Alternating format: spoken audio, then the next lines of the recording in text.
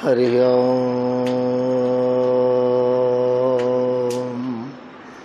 शन्नो मित्रस्यं वरुणः शं नो भवत्वर्यमा शं न इंद्रो बृहस्पतिः शन्नो विष्णुरुक्रमः। नमो ब्रह्मणे नमस्ते वायो त्वमेव प्रत्यक्षं ब्रह्मासि त्वामेव प्रत्यक्षं ब्रह्म वदिष्यामि ऋतं वदिष्यामि सत्यं वदिष्यामि तन्मामवतु तद्वक्तारमवतु अवतु माम् अवतु वक्तारम्। ओम शांति शांति शांति।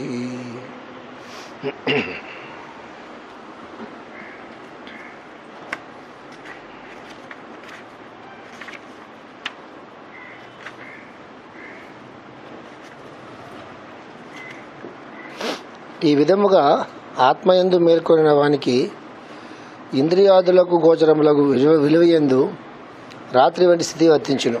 అనగా సుముఖత గాని విముఖత గాని అప్రవృత్తి వర్తించును. ఇంద్రియాదుల యందు మేల్కొని ఉన్నవాడు అయుక్తుడు లేక పామరుడు. ఆత్మయందు మేల్కొనినవాడు చూచుచున్న మౌని. ఈ రెండింటినీ ఎరిగిన వాడు యోగి. ఇది రాష్ట్రము చెప్పాను మీకు. చాలా అద్భుతమైన శ్లోకం అని. భగవద్గీత మొత్తం మీద 18 అధ్యాయాల్లోని ప్రతి అధ్యాయంలోనూ కూడా ఒక 5, 6, ఒక 10 చాలా ఇంపార్టెంట్ శ్లోకాలు ఉంటాయి. మొత్తం భగవద్గీత మొత్తాన్ని మనం ఒక గైడ్ లాగా తయారు చేసుకొని తెలుసుకుంటే అర్థాలని దాని అర్థం తాత్పర్యం దాని రహస్యార్థం తెలుసుకుని యోగార్థం తెలుసుకుని అట్లా కొన్ని శ్లోకాలు ఉంటాయి. దాంతో పాటుగా ఆ శ్లోకాన్ని చదువుకుంటుంటేనే అది మన ఎలాగైతే మనం మాస్టర్ శ్రీ నమస్కారం అనుకుని కాళ్ళు మూసుకొని కూర్చుంటే అని అనుకుంటామే, అట్లాగా ఆ శ్లోకాన్ని చదువుకుంటేనే అది లోపుకి వెళ్ళి క్రమంగా అది విచ్చుకుంటుంది లోపు నుంచి బయటికి. అట్లాంటి శ్లోకాలు కొన్ని ఉంటాయి. అట్లాగే భారతంలో వాటిల్లో మనకి మాస్టర్ గారు చెప్తుంటారు వ్యాసఘట్టాలు అంటారు. ఆ వ్యాసఘట్టాలు అనేటటువంటి వాటిని మాస్టర్ గారు లాంటి వాళ్ళు విడదీయాలి తప్ప మిగతా సామాన్యంగా ఉన్నటువంటి వాళ్ళు వాటి అర్థాల్లోకి అంతరార్థంలో పోలేరు. మామూలుగా టీకా తాత్పర్యం చెప్తారు, వాటిని వ్యాసఘట్టాలు అంటారు. ఇవి పురాణాలు అక్కడ ఉంటాయి. భగవద్గీతలో మాత్రం 100% కొన్ని శ్లోకాలు ఉంటాయి. ఆ శ్లోకాన్ని చదువుకున్నంత మాత్రాన అట్లీస్ట్ ప్రతిపదార్థం తెలిసి దాని తాత్పర్యం తెలిసి ఆ బ్యాక్గ్రౌండ్లో మాస్టర్ గారు ఇచ్చిన శంకరామో మంత్రగీతం లేకపోతే మంత్రస్థితి బ్యాక్గ్రౌండ్ కొంత ఏర్పాటు చేసుకుని ఆ శ్లోకాన్ని కానీ మనసుకి పట్టించుకున్నట్లయితే అది లోపుకి వెళ్ళి అది ఊరుకోదు. అది క్రమంగా మన సాధనతో పాటుగా, అంటే సాధన అంటే ఇక్కడ ఏంటంటే దాని మీద మన మనసు ఎంతవరకు పెడుతున్నామో అంతవరకు అర్థం అనమాట. సాధన అంటే ఎలా ఉంటుందంటే అనుగ్రహం అనే పదానికి దానికి బౌండరీస్ ఏమి ఉండవు. అది ఎవరికైనా రావచ్చు, ఎప్పుడైనా రావచ్చు, ఎలా వస్తుందో, ఎందుకు వస్తుందో, ఎవరికి వస్తుందో అది మనం చెప్పలేము. సాధనకి అట్లాంటి కుదరు. ఎవరు ఎంత సాధన చేస్తే అంతే వస్తుంది. అందువల్ల సాధనని మనం ఏమనుకుంటామో దాని ప్రకారంగా మనకు వస్తుంది. సాధనని అడిగారు అనుకోండి, నన్ను అడిగితే ఏదో నాకు తోచిందని చెప్తా, మిమ్మల్ని అడిగితే మీరు కూడా చెప్తారు. బాగా ఉపనిషత్తు చదువుకున్న వాడేమో లేకపోతే చదువుకున్న ఆయన ఎవరిని అడిగాం అనుకోండి, ఆయన ఏదో పని చేసుకుని ఉంటాడు కదా, ఆవిడేదో ఇంట్లో పనులు చేసుకుంటూ ఉంటుంది కదా. అడిగాం అనుకోండి, ఆవిడేం చెప్తుంది, అన్నిటిలోకి అన్ని ఆశ్రమాల్లోకి గృహస్థాశ్రమమే చాలా గొప్పది కాబట్టి గృహంలో ఒక స్త్రీగా ఉండి కుటుంబానికి కావాల్సిన మొత్తం చూసుకుంటుంటే అదే సాధన అని చెబుతుంది. అట్లాగే సోషల్ వర్క్ చేసేటటువంటి ఎవరైనా అడిగామనుకోండి ఏంటి సాధన అంటే, ఏదండి రోజు పూజలు అర్థాలు అవి ఇవి చేసుకుంటారు అందరూ. ఉదయం నుంచి సాయంకాలం వరకు నేను అలా తిరుగుతుంటానండి, ఎక్కడికి ఎవరికి ఏ సహాయం కావాల్సిన చేసి పెడుతుంటాను, వాళ్ళ నుంచి నేనే ఆశించనండి, జీవితం అలా వెళ్ళిపోతుంది అంటాడు. ఆయనకి అదే సాధన. అదే ఎవరు అడిగామనుకోండి, ఉదయం లాగానే ప్రేయర్ చేసుకుంటాను, సాయంకాలం ప్రేయర్ చేసుకుంటాను, అంతా ప్రేయర్గా ఎక్కే ఉండింది. అందువల్ల అన్నిటికీ మాస్టర్ ప్రేయర్ అని చెప్పారు కదా, ఎక్కే అక్కర్లేదని ఒక ఆయన అంటాడు. ఆయనకి అదే సాధన. యజ్ఞాలు చేసే వాళ్ళు ఉన్నారనుకోండి, వాళ్ళు అడిగామనుకోండి, దేవతలు ప్రీతి చెందందే అసలు మానవ జాతికి మగడు ఎక్కడుందండి, వాళ్ళ వల్లే కదా మనం బోగుతున్నాము. ఆ దేవతలకి ఉద్దేశించి చేసే యజ్ఞాలే అనేటువంటివి రక్షిస్తాయి, భూగోళాన్ని రక్షిస్తాయి, కాలుష్యం నుంచి రక్షిస్తాయి, ఇట్లా అని చెప్పి ఆ జీవితాంతం యజ్ఞాలు చేయడం అనే దాన్నే అదే ఆయనకి సాధన, అదే ఆయనకి జీవితానికి పరమావధి. సాధనకి దీనికి మనం ప్రత్యేకంగా బౌండరీస్ పెట్టుకుని ఇదే సాధన దీనివల్లే ముందుకు వెళ్తారనేటటువంటిది అట్లా ఉండదు. కానీ ఎవడు సాధన అనే పేరుతో ఎవడు మైండ్ దేంతో ప్రోగ్రామ్ చేసుకుంటాడో ఆ ప్రోగ్రామ్ని బట్టే సాధన వెళ్తుంది. అది ఇక్కడ ఉన్నటువంటి ఒక చిన్న చికాకు. ఈ ప్రోగ్రామ్ దేన్ని బట్టి చేసుకుంటాం మనం? మన స్వభావాన్ని బట్టి ఆ ప్రోగ్రామ్ చేసుకుంటాం. మనలో రజోగుణం, తమోగుణం, సత్వగుణం ఏదైతే ఉంటాయో అవి ఏ కాంబినేషన్స్లో మనలో పనిచేస్తుంటాయో దాన్ని బట్టి మనం ప్రోగ్రామ్ చేసుకుంటాం. బియాండ్ దట్ చేసుకోం కదా. అదే కదా శ్రీకృష్ణుడు భగవద్గీత అంతా మొత్తం చిట్టి చివరికి అన్నీ అయిపోయిన తర్వాత సర్వధర్మాన్ని పరిత్యజ్య అంటే ఆయన స్వభావం గురించి కూడా మానేసి ధర్మాల దాకా వెళ్ళిపోయారు. ఆయన సర్వధర్మాన్ని పరిత్యజ్య అంటే అసలు అన్ని ధర్మాలని కూడా వదిలిపెట్టి మామ ఏకం శరణం రోజున ఒక్కడనే శరణం కోరుతాయని చివరికైనా ఒక శ్లోకంలో తేల్చేశారు. అంటే మనకి స్వభావాల గురించి, గుణాల గురించి చెప్పుకుంటున్నాం మనం. ఇవి దాటి ధర్మం అంటే ఎవరు? మనకి భీష్ముడికి ఓ ధర్మం ఉంటుంది, ధర్మరాజుకి ఓ ధర్మం ఉంటుంది, అర్జునుడికి ఓ ధర్మం ఉంటుంది, వ్యాసుడు సమస్త జ్ఞానానికి ఆయన ఆ మూలంలోంచి వచ్చినటువంటి ఆయన అవతారంగా ఉన్నటువంటి ఆయన వాళ్ళు కూడా ఆయన టీచింగ్ ఏంటంటే సర్వధర్మాన్ని పరిత్యజ్య అంటే ఏదైతే నువ్వు ధర్మం అనుకుంటున్నావో, ఏదైతే ఇంతకాలం తెలుసుకున్నావో సర్వధర్మాన్ని పరిత్యజ్య మాం ఏకం శరణం రోజా, అది ఫైనల్ స్టెప్కి శరణాగతికి వెళ్ళిపోయాడు. శరణాగతి అంటే మళ్ళీ మనం ఏం చేస్తాం? మళ్ళీ మా స్వభావంలోకి వస్తాం. శరణాగతి అంటే ఏంటంటే ఉన్న ఆస్తులన్నీ గురువుగారికి ఇచ్చేసేయండి, గురువుగారి ఫోటో పెట్టి నువ్వే సమస్తం అని చెప్పి ఆ ఫోటో మీద అక్షంతలు, పువ్వులు, కారం వేయరు కానీ అదేదో దాని ఏమంటారు, అది కుంకుమ అవన్నీ పెట్టి బొట్లు పెట్టి హారతలు ఇచ్చి అవన్నీ వేస్తారు. శరణాగతి అంటే ఇంకొక ఆయన ఏదైనా సరే గురుగారిని తలుచుకుని చేయడమే శరణాగతి. అంటే శరణాగతికి మనం ఉన్నటువంటి ఆ పరిధిలో ఎంతవరకు అయితే మనకి ఆ రకమైనటువంటి పరిణితి అనేది వస్తుందో అందులో లోపడే శరణాగతి కూడా మనం సిలబస్ ఏర్పాటు చేసుకుంటాం. ఏదైనా కింద పడినా మీద పడినా ఏం చేసినా కూడా మన స్వభావంలోంచి వచ్చేటటువంటి ఆలోచన, ఆ కండిషన్ అయినటువంటి మైండ్లోంచి వచ్చే ఆలోచనకి దానికి ఒక రూపాన్ని కల్పించి మనకి వీలైనంత వరకు అంటే సాగిపోతుంది అంటాం కదా మనం. కొందరికి సాగిపోతూ ఉంటుంది అంటాం, కొందరికి సాగదు అంటాం. మనకి సాగిపోయేంత వరకు మనం ఆ సిలబస్లో కింద పడి మీద పడి కింద పడి నాకు ట్యాగ్ తగిలిస్తాం.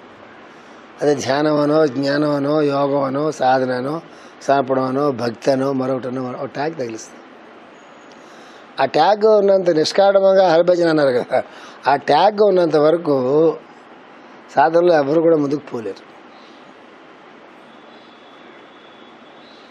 అట్లాంటి ఒక ట్యాగ్ లేకుండా, అట్లాంటి ఒక ట్యాగ్ ఆయనకి పెట్టుకోకుండా, మనకి పెట్టకుండా, గ్రూపుకి పెట్టకుండా, అసలు ఏ రకమైన లిమిటేషన్స్ లేకుండా నడిపించినటువంటి మన కాలంలో మనకు తెలిసినటువంటి వాటిలో మాస్టర్ ఒక్కనే. అక్కడ ఈ కథ రెండో ఆయన ఎవరిని నేను పోల్చలేను, ఎంత పెద్దలైనా వాళ్ళతో నేను పోల్చలేను. మిగతా వాళ్ళకి వాళ్ళ ట్యాగ్ వాళ్ళకి ఉంటుంది. దత్తాత్రేయ ట్యాగ్ అనో, లేకపోతే హైగ్రీవ్ ట్యాగ్ అనో, లేకపోతే లక్ష్మీదేవి ట్యాగ్ అనో, లేకపోతే పతంజలి యోగా ట్యాగ్ అనో, లేకపోతే శ్రీకృష్ణుని ట్యాగ్ అనో, ఏదో ఒక ట్యాగ్ ఉంటుంది. మీరేం తగిలిస్తే మాస్టర్ సంబంధం లేదు. ఆయన ఎప్పుడూ ఏ ట్యాగ్ పెట్టుకోలేదు.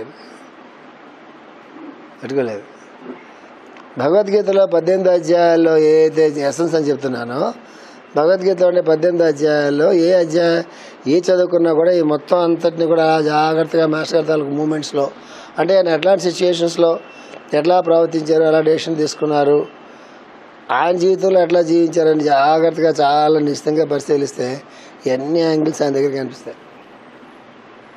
జ్ఞానయోగం అనండి, కర్మయోగం అనండి, భక్తి యోగం అనండి, రాజయోగం అనండి, మీరు ఏ విండోలోంచి చూసినా కూడా ఆయన ఆకాశంలాగే మనకు కనిపిస్తారు. ఆకాశానికి అద్దులే ఉంటాయి. వాళ్ళకి మనకి తేడా. మనం ట్యాగ్ పెట్టుకున్న బౌండరీ గీసుకుని వాళ్ళ పేరు పెడతాం. అసలు చేయకుండా మన బౌండరీ గీసుకోవడం మన ఇష్టం. అది దాన్ని ఎవరు కాదంటాడు, ఎవరు బౌండరీ వాడు గీస్తున్నాడు కాదండి కదా. దానికి ఇది మాస్టర్ గారు చెప్పారు అని ఎక్కడో ఏదో కాంటాక్ట్లో చెప్తారు వాళ్ళు. ఆ కాంటాక్ట్లో తెచ్చి చెప్పిన దాన్ని జాగ్రత్తగా పట్టుకొచ్చి దాన్ని ఏదైతే మనం కన్విన్స్ అయ్యి ఏదైతే ఇతరులను కన్విన్స్ చేద్దాం అనుకుంటున్నామో ఆ కాంటాక్ట్ సరిపడా ఎక్కడన్నా ఉంటే అది పట్టుకొని దీన్ని తగిలిచ్చి ఇదే మాస్టర్ గారు అంటే అంట. దాన్ని మించిన పొరపాటు కోటి ఉండదు అసలు. అందువల్ల అందుకే మాస్టర్ గారు ఏం చెప్పారంటే ఈ విధముగా ఆత్మయందు మేల్కొనే వానికి, అది వర్డ్ అక్కడ. అది వదిలేస్తే మనకి ఏమనిపిస్తుంది ఆ వర్డ్ మర్చిపోయి అనుకోండి. ఆధ్యాత్మిక ఎందు మేలుకున్నటువంటి వాడికి, యోగమందు మేలుకున్నటువంటి వాడికి, భక్తి ఎందు మేలుకున్నటువంటి వాడికి, జ్ఞానమందు మేలుకున్నటువంటి వాడికి, గురువు ఎందు మేలుకున్నటువంటి వాడికి ఎవరికి తోచినటువంటి మీద పెట్టేసుకుంటాడు. అందుకే మ్యాష్ చెప్పారు ఆత్మయందు మేలుకున్న వానికి. అంటే బుద్ధి గురించి కూడా చెప్పట్లే వేశారు, యోగం గురించి కూడా చెప్పట్లే. ఆత్మయందు మేలుకున్న వానికి ఇంద్రియాదులకు గోచరములకు విలువల యందు రాత్రి వంటి స్థితి వర్తించును. ఇక్కడ చూడండి, ఇంద్రియాదుల గోచరములకు విలువల యందు, విషయములందు కాదు. ఇంద్రియాలతో కూడా చాలా మంచి పనులు చేయొచ్చుగా. నేను భగవద్గీత చెప్తున్నాను, నాలుగు ఇంద్రియాన్ని ఒక ఇంద్రియం నేను ఉపయోగించుకుంటున్నాను, మీరు వింటున్నారు. ఒక ఇంద్రియాన్ని మీరు ఉపయోగించుకుంటున్నారు, ఎవరికో చేతితో దానం చేశారు, చెయ్యిని ఇంద్రియంగా ఉపయోగించుకుంటున్నారు. ఎవరో పడిపోతుంటే పరిగెత్తుకెళ్ళి కాపాడారు, కాళ్ళను ఉపయోగించుకుంటున్నారు. అలా ఇంద్రియాలతో మామూలుగా సంసారంలో కూరుకుపోయి లేకపోతే ఏదైనా వేరే దాంట్లో కూరుకుపోయే పనులు కాకుండా ఇంద్రియాలతో కూడా మంచి పనులు చేయొచ్చుగా. అది చెప్తున్నారు. ఇంద్రియ ఆదిలో గోచరములకు విలువలు యందు రాత్రి వంటి స్థితి వర్తించును. ఆ విలువల్లో కూడా ఆయనకి రాత్రి వస్తుందంటే అదేంటి, ఆయనకి అవి కూడా పట్టవు సమా అని అర్థం. అది రాత్రి అంటే పట్టవు. రాత్రిలో మనకి ఇంకేం కనిపిస్తుంది చీకట్లో? ఏ బుడిదీపమో లేకపోతే జీరో వోల్ట్ బలో ఏదో పెట్టుకుంటే కనిపిస్తుంది తప్ప టోటల్గా చీకటి అనుకోండి. అరణ్యాల లాంటి చోట గుడారాలు వేసుకోవాలి, లేకపోతే లైట్లు పెట్టుకోకుండా ఉంటే ఎంత చీకటిగా ఉంటుందో ఇంద్రియాల విషయాల్లో ఆ చీకటి వర్తిస్తుంది వాళ్ళకి. అనగా సుముఖత కానీ విముఖత కానీ అప్రవృత్తి వర్తించు. సుముఖత లేదు అక్కడ, విముఖత లేదు, ఎస్ లేదు, నో లేదు. మనకి రెండు ఉంటాయి. అయితే ఎస్ ఉంటుంది, లేకపోతే నో ఉంటుంది.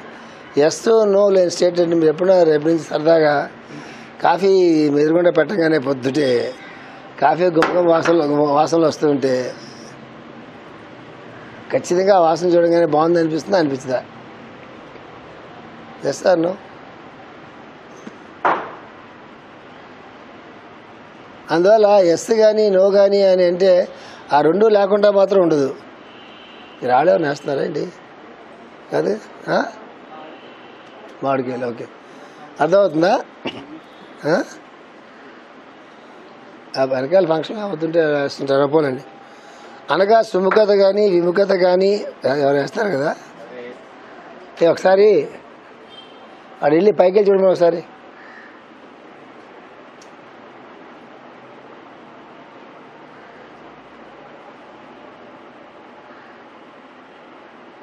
వర్తించును. ఇంద్రియాది యందు మేల్కొని ఉన్నవాడు అయుక్తుడు లేక పామరుడు, ఆత్మయందు మేల్కొని ఉన్నవాడు చూచున్న మౌని, ఈ రెండింటి ఎరిగినవాడు యోగి అని చెప్పాడు. నెక్స్ట్, మరి ఆత్మజ్ఞానం కలవానికి ఆకలి దప్పులు ఉండవా? దారాపుత్రాదులు ఉండరా? తత్కారణముగా ధనధాన్యాదులు స్థిర చరాస్తులు ఆర్జన ఉండదా? అన్నవస్త్రములు గృహక్షేత్రాదులు అక్కరలేదా? అక్కరలేదని కానీ కావాలని కానీ వానికి లేదు అది చెప్తున్నారు మాస్టర్ గారు. ఏం చెప్తున్నారు? ఆత్మజ్ఞానము కలవానికి ఆకలి దప్పులు ఉండవా? దారాపుత్రాదులు ఉండరా? తత్కారణముగా ధనధాన్యాదులు స్థిర చరాస్తులు ఆర్జనం ఉండదా?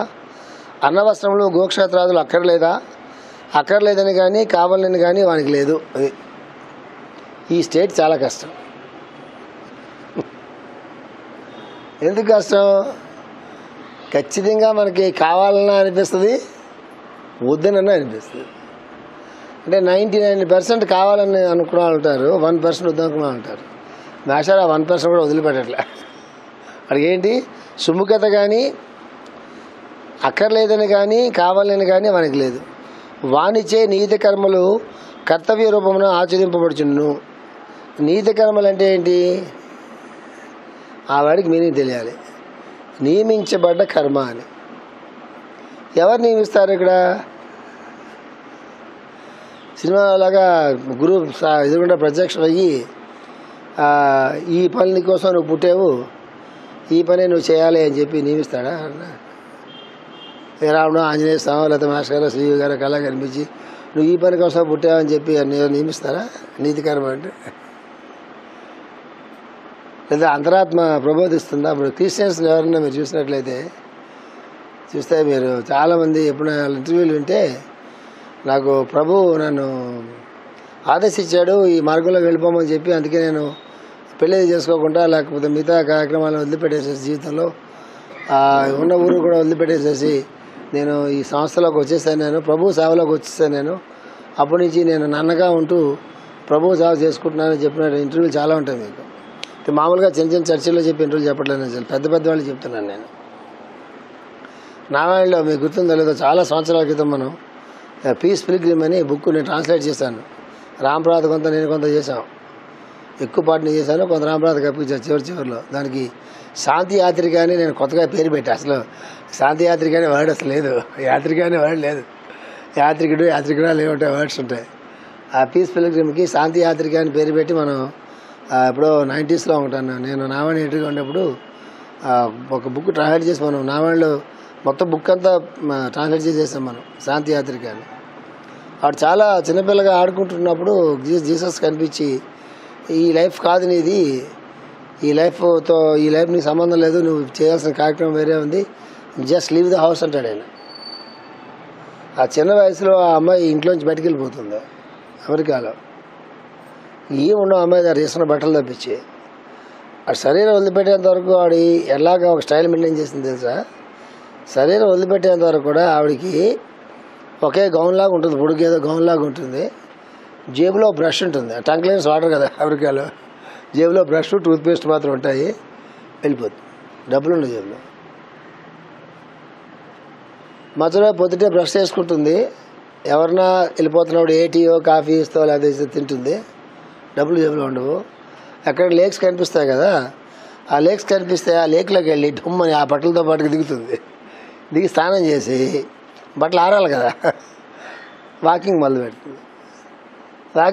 ఎందుకు వాకింగ్ మొదలు? అమ్మాయి ఆవిడ మొత్తం నడిచింది అమెరికా అంతా ఈ శాంతి అనే ఒక మెసేజ్ పట్టుకుని, పీస్ పిల్గ్రిమ్ ఆవిడ పేరు ఇంగ్లీష్లో. ఆ శాంతి అనేది అన్ని ప్రపంచ యుద్ధాలు వద్దు, ఈ వద్దు అవద్దు, అందరూ శాంతిగా ఉండాలని చెప్పుకుంటూ నడిచి వెళ్ళిపోతుంది. ఆవిడ సిస్టమ్ ఏంటి తెలుసా? నెల దిగిందా నడిచి వెళ్ళిపోతూ ఉంటే ఆ ఎండకి గాలికి బట్టలు ఆరిపోతాయి కదా, అంతసేపు బట్టలు ఆరిపెట్టుకునేంత వరకు ఎదుగునే కూర్చోవాలని.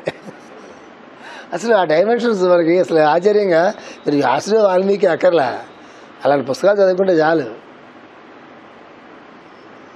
మళ్ళీ ఇంకో లాజిక్ ఉంటుంది, మాస్టర్ గారి పుస్తకాలు ఉంటుండగా వేరే పుస్తకాలు ఎందుకండి అని. భారతంలో ఈవిడ గురించి చెప్పడు కదా. అంటే అది మీకు మీరు ఎదుగుతున్న కొద్ది ప్రపంచం ఎదుగుతున్నట్టుగా మీకు కనిపిస్తుంటుంది.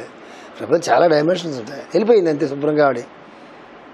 ఒక అర్ధరాత్రి మంచు టైంలో, అసలు అమెరికాలో అక్కడ మంచు టైంలో భయంకరంగా ఉంటుంది కదా, అర్ధరాత్రి మంచు పడిపోతూ ఉంటుంది, చలి ఉడికిపోతుంటుంది. మంచు బాగా పడితే కార్ డ్రైవ్ చేస్తే ఎక్కడ స్లిప్ అయిపోతుందని చెప్పి ఒక యంగ్ డ్రైవర్ ఒకడు కారు చెట్టు కింద పెట్టుకుని ఆగి ఉంటాడు. వీడు ఆగి ఉంటే ఈవిడ ఉడికిపోతూ ఉంటుంది చెట్టు కింద నిలబడి. వాడికి చాలా చలికాలం కదా, వాడికి దుర్బుద్ధి పుడుతుంది. వాడికి యంగ్ గర్ల్ ఇక్కడ ఉంది, చలి వణికిపోతుంది, వాడు షెల్టర్ లేదని చెప్పి, ఇది నేను హీటర్ వేస్తా కదా, నా కారులో పడుకోవచ్చు కదా అని చెప్పి ఆవిడ ఇన్వైట్ చేస్తాడు కారులోకి. అసలు చూడబట్టి థ్యాంక్ యూ అనేసి కారులో బ్యాక్ సీట్లో పడుకుంటుంది. పడుకోవడం ఏంటి, ఫుల్గా నిద్రపోతుంది. అసలు పడుకున్న క్షణంలో నిద్రపడేస్తుంది వాడికి. వాళ్ళందరికీ అలాగే పడతారు నిద్ర. మాస్టర్ గారు కూడా చూసేవాడిని, పడుకున్న నిమిషం కాదు, వాళ్ళు పడుకున్న సెకండ్లో నిద్రపోతారు, వాళ్ళు సెకండ్లో నిద్రలేస్తారు వాళ్ళు. అది యోగుల లక్షణం. అది నేను మాస్టర్ చూసేవాడిని. 3 tier చెత్త అప్పుడు మామూలుగా స్లీపర్ కంపార్ట్మెంట్లో మాస్టర్ గారు నా కంప కొడుతున్న కంపార్ట్మెంట్లో పడుకుని పడుకుందాం ఎట్రా అని ఆ మిడిల్ బెర్త్ ఎక్కేవారు. పడుకుందాం ఎట్రా అని అలాగే మాస్టర్ అండి మా నిద్ర పట్టదా పడుకుందాం ఎట్రా అనగానే గురి కొట్టేవారు. ఒక సెకండ్ అంతే. అది యోగులు అంటే ఏది కూడా బుర్రలో క్యారీ చేయకపోతే మాత్రమే ఆ స్థితి సాధ్యమవుతుంది. సింపుల్. ముద్దు నిద్ర గురించి నేను చెప్పట్లేదు. ముద్దు నిద్రగా బ్యాచ్లకి వాళ్ళకి ఇప్పుడైనా నిద్రపోగలరాడు. వాళ్ళు ఎవరు వాడిని మంచం నుంచి కింద తోసిన ఒక బిందె నీళ్ళు వేసినా కూడా లేవరు. అది ముద్దు నిద్ర. అది కాదు, ఇది వేరు. వాళ్ళు ఎక్కడ కూడా నిమిషంలో వేస్తారు. వాళ్ళు సెకండ్ లేచి వెంటనే పనిలోకి వెళ్ళిపోతారు. పడుకుంటుంది, సొల్లు పడుకుంటుంది. వాడికి దుర్బుద్ధితో వాడు కారులో పడుకోమన్నాడు కదా, ఆవిడ ముందు సీట్లో కూర్చొని దాని బాగా చూస్తాడు వాళ్ళు నిద్రపోతుంటుంది. అడిగి చేద్దాం తెలుసా, అదే చాలా అమాయకంగా ఇన్నోసెంట్గా ఒక చైల్డ్ లాగా నిద్రపోతుండే చూసి నేను కానీ కారులో కూర్చుంటే ఇప్పుడు మళ్ళీ ఏ దుర్బుద్ధి పుడుతుందో అని చెప్పి వాడు భయపడి శుభ్రంగా వాడి హీటర్ పెట్టి కారులో వాడు పడుకోబెట్టి వీడొచ్చి చెట్టు కింద చల్ల కూర్చుంటాడు. అలాంటి పుస్తకాలు చదువుకోకపోతే ఎక్కడి నుంచి వస్తుంది స్పిరిట్? పడుకుంటాడు. మధ్యలో బొద్దుడు నిద్ర లేస్తుంది, బ్రష్ చేసుకోవాలి అనేస్తుంది, వాడేమో చల్లే ఉంటాడు. అదేంటి నన్ను కారులో పడుకోబెట్టి నువ్వెందుకు చల్లే పడుకున్నావు అంటే, నువ్వు పడుకున్నావు కదా, నేను పడుకుంటే నీకేమైందంటుంది. ఆవిడ చెప్తాడు, లేదు నేను కారులో పడుకోమన్నావు, నేను దుర్బుద్ధితో పడుకోమన్నా, నేను ఆలోచనతో పడుకోమన్నాను, నువ్వు ఏమీ పట్టించుకోకుండా. అరే ఒక యంగ్ బాయ్ అన్నాడు ఇక్కడ, ఈ అర్ధరాత్రి ఎవరు లేరు, దిక్కుమొక్కు లేరని ఏ ఆలోచన లేకుండా వచ్చి కారులో పడుకున్నావు నువ్వు, అసలు నీకు భయమే లేదా అని అడుగుతాడు. ఏంటంటది, నేను దానికి ఆలోచించలేదంటది. అంటే ఆలోచించలేదు అసలు. నీ మనసులో ఏముందో, నువ్వు ఒక అబ్బాయి అని, నువ్వు ఒక అమ్మాయినని, నువ్వు యంగ్ నేను యంగ్, ఈ ఆలోచన నాకేం లేవు. పడుకుంటావా అని అడిగావు, పడుకున్నాను. వాడు ఈవిని ఫాలో అయిపోతాడు. అడిగి అసలు ఒకసారి ఇనిషియేషన్ అంటే అదే. ప్రత్యేకంగా బొట్టు పెట్టిలాగా మజ శ్రీ నమస్కారం, ఓ నమ శివాయ, త్రయముఖ మజామయ చెప్పకల్లా, అది ఇనిషియేషన్ అంటే.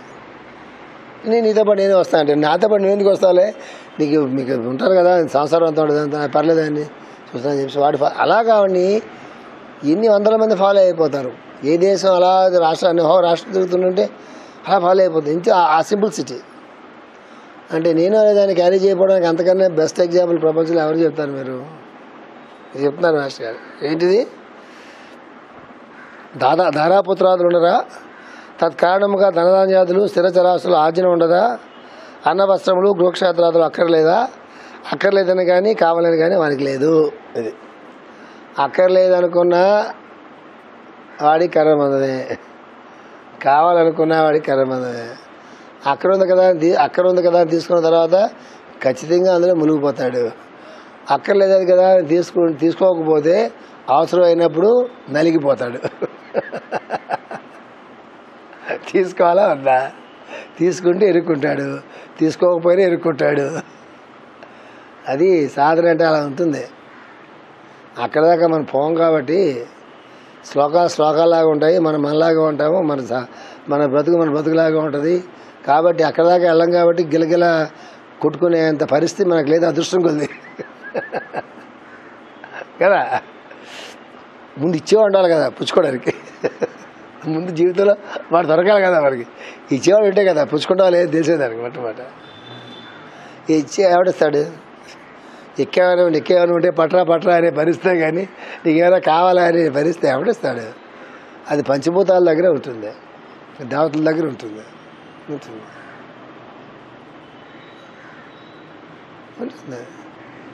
అమ్మ జర ఒక ఆయన కారు కొనుక్కుంటాన్నాడు. ఏ కారు కొనుక్కుంటానని అడిగా. చెప్పాడు. ఎందుకురా నీ కారు అన్న. సరస్సు పగిలి నీకెందుకు వాళ్ళ కారు కొనుక్కుంటా అంటే, ఈ పిల్లలందరూ పెద్దవాళ్ళు అయిపోయారు. మౌర్య గురించి చెప్పట్లేదు, వేరే వాడి గురించి చెప్తున్నారు. పిల్లలందరూ పెద్దవాళ్ళు అయిపోయారు, వాళ్ళందరూ సాఫ్ట్వేర్ ఇంజనీర్లు అయిపోయారు, డబ్బులు సంపాదించుకుంటున్నారు. వాళ్ళు ఏ కారు కొనుక్కోవాలి కూడా మీరే చెప్తారా? ఆ బొమ్మరిల్లు సినిమా గుర్తొస్తుంది అంటుంది మావాడు ఎప్పుడు. డబ్బులు లేవే, నేను రివర్స్ సినిమా తీసుకునేవాడిని, బొమ్మరిల్లుకి ఇంకో సినిమా తీసుకునేవాడిని, నా డబ్బులు లేవు. అదో పనికిమాల సినిమా, అది హిట్ అయిపోయింది బాగా. అది చివరిలో బాగుంటుంది అనుకోండి. కానీ వెనకాల చెప్పొద్దు. అరే నువ్వు ఏం చేస్తావు కారుతో? డ్రైవర్ లేడు నీకు, మీ అమ్మ నాన్న డ్రైవర్ లేడు, 9 లక్షల రూపాయల కారు, వారం అంతా ఇంట్లో పెట్టుకోవాలి, అదే తుప్పటిపోతుంటుంది, డ్రైవర్ దొరకడు, మీ నాన్న డ్రైవ్ చేయలేడు, నువ్వు డ్రైవ్ చేయవు, ఏం చేస్తావు అంత కాస్ట్లీ కారు పెట్టండి? లేదు నాకు చాలా ఇష్టం. 5-6 లక్షల్లో మంచి కారు వస్తే చెప్తాను నీకు, నేను చాలా మంచి కారు వస్తుంది 5-6 లక్షల్లో, మిగతా 3-4 లక్షలు అట్టు పెట్టుకోరా, ఇల్లు కొనుక్కు, ఇదే బిల్లు ఎప్పుడు ఇల్లు కొనుక్కుంటే నీకు అది మార్జిన్ మీదగా పనికి వస్తుంది, ఎందుకంటే పనికి వస్తుంది అంటే మళ్ళీ కారు కొనం కదా జీవితంలో అంటాడు వాడు. ఆ చిన్న వయసులో అంతకైనా వాడికి లాజిక్ తెలియదు వాడికి. మళ్ళీ కారు కొనకపోవడం ఏంట్రా, నా 4 years పైకి బోరు కొడుతుంది కదా కారు చూసి మళ్ళీ కొందాం అనిపిస్తుంది, నీకు తెలియదురా అంటే వాడు కారు కొన్నాడు. సాధనకి ఎంత దూరంలో ఉంటాడు. ఎందువల్ల ఏదైనా పని మనం చేస్తున్నప్పుడు దాని తాలూకు ప్రయోజనం తెలియాలి. ఫస్ట్ దాని తాలూకు ప్రయోజనం తెలియాలి. ప్రతి పనికి ఒక ప్రయోజనం ఉంటుంది. ఇల్లు కట్టుకున్న ప్రయోజనం ఉంటుంది, ఆహారం తిన్న ప్రయోజనం ఉంటుంది, కారు కొనుక్కున్న ప్రయోజనం ఉంటుంది, ఒక ఊరు వెళ్తున్న ప్రయోజనం ఉంటుంది. మనం ఏ పని చేస్తున్న జీవితంలో దానికి ఒక ప్రయోజనం లేకుండా సాధారణంగా ఏ పని, ఆ స్వార్థం కావచ్చు, పరోపకారం కావచ్చు, ఏదైనా కావచ్చు, కానీ ప్రతి పనికి ఒక ప్రయోజనం ఉంటుంది కదా. ఆ ప్రయోజనం ముందు గుర్తుండాలి, తర్వాత కదా పరమ ప్రయోజనం వస్తుంది. ముందు ప్రయోజనమే గుర్తు లేకపోతే పరమ ప్రయోజనం అనే పదం ఎక్కడ ఈ జీవితంలో ఎక్కడి నుంచి వస్తుంది, ఎందుకు వస్తుంది? ఇల్లు కట్టుకుంటున్నాం ఉండడానికి ఇల్లు కట్టుకుంటున్నాం, ఉండడానికి కొంచెం గాలి వెళ్తే రావాలి. ఇది ఈస్ట్ ఫేసింగ్ అంటారు. ఎందుకంటారు? ఈస్ట్ ఫేసింగ్లో ఇల్లు ఉంటే గాలి వెళ్తే వస్తుంది, విశాలంగా మొక్కలు ఆడుకోండి అంటారు. ఇంట్లో ఇంత మొక్కలు ఆడుకోవడానికి ప్లేస్ అడ్డు పెట్టుకోండి. మన బాత్రూమ్ పెద్ద ప్లేస్ అడ్డు పెట్టుకున్నారు. బాగా ఒళ్ళు పొగరిన ఇళ్ళకి వెళ్తే, ఇప్పుడు ఒళ్ళు పొగరెక్కినాడు డబ్బు పొగరెక్కిదా కదా వెళ్తే వాళ్ళు పెద్ద ఆ బాత్రూంలో 15 మంది మంచాలు వేసి పడుకోవచ్చు, లేకపోతే చాప వేసి పడుకోవచ్చు. మరి అంత కట్టిన తర్వాత రోజు క్లీన్ చేసుకోవాలి కదా, పడుకోవచ్చు. డబ్బులు ఎక్కువ ఉన్నాయి కట్టుకుంటారు, మీకేంటంటే బాధ, మీకు అసూయ అంటే సమాజం చెప్పలేను, కానీ ఒక ప్రయోజనం ఉంటుంది. ఇల్లు ఉంటే వసతిగా ఉండాలి, సొంతగా ఒక ఇల్లు అంటూ ఉంటే మంచిది ఎప్పటికైనా. ఇట్స్ గుడ్, దాంట్లో పెద్ద అబ్జెక్షన్ ఏం లేదు. ఇది నీట్గా ఉండాలి, కొంచెం విశాలంగా ఉండాలి, బాగుంటుంది. కానీ నాకు పర్పస్ ఉంటుంది. గాలి వెళ్తే బాగుండాలా, చుట్టూ ఔషధిగానే మొక్కలు ఉండాలా, ఆ మొక్కల మీద గాలి లోపు వస్తుండాలా, సన్లైట్ పడుతూ ఉండాలా, మూన్ లైట్ పడుతూ ఉండాలా, ఫ్రెష్ ఎయిర్ వస్తూ ఉండాలా, ఇవన్నీ ఉంటాయి. కొన్ని సాధ్యం అయితే కొన్ని సాధ్యం కావు. అదే రూమ్ని ఒక రూమ్కి మీరు కొన్ని ఇళ్ళలో ఇంటీరియర్ డెకరేషన్ ₹1,00,000 వచ్చి పెడతారు వాళ్ళు. అంటే వాళ్ళు ఉండడానికి, వాళ్ళు పడుకున్న తర్వాత ₹1,00,000 గదైతే ఏంటి, నిద్ర పట్టాలి. కానీ వాళ్ళందరూ ఈ గ్రూప్ అందరూ నిద్ర మాత్రం వేసి పడుకుంటారు, గుర్తుపెట్టుకోండి.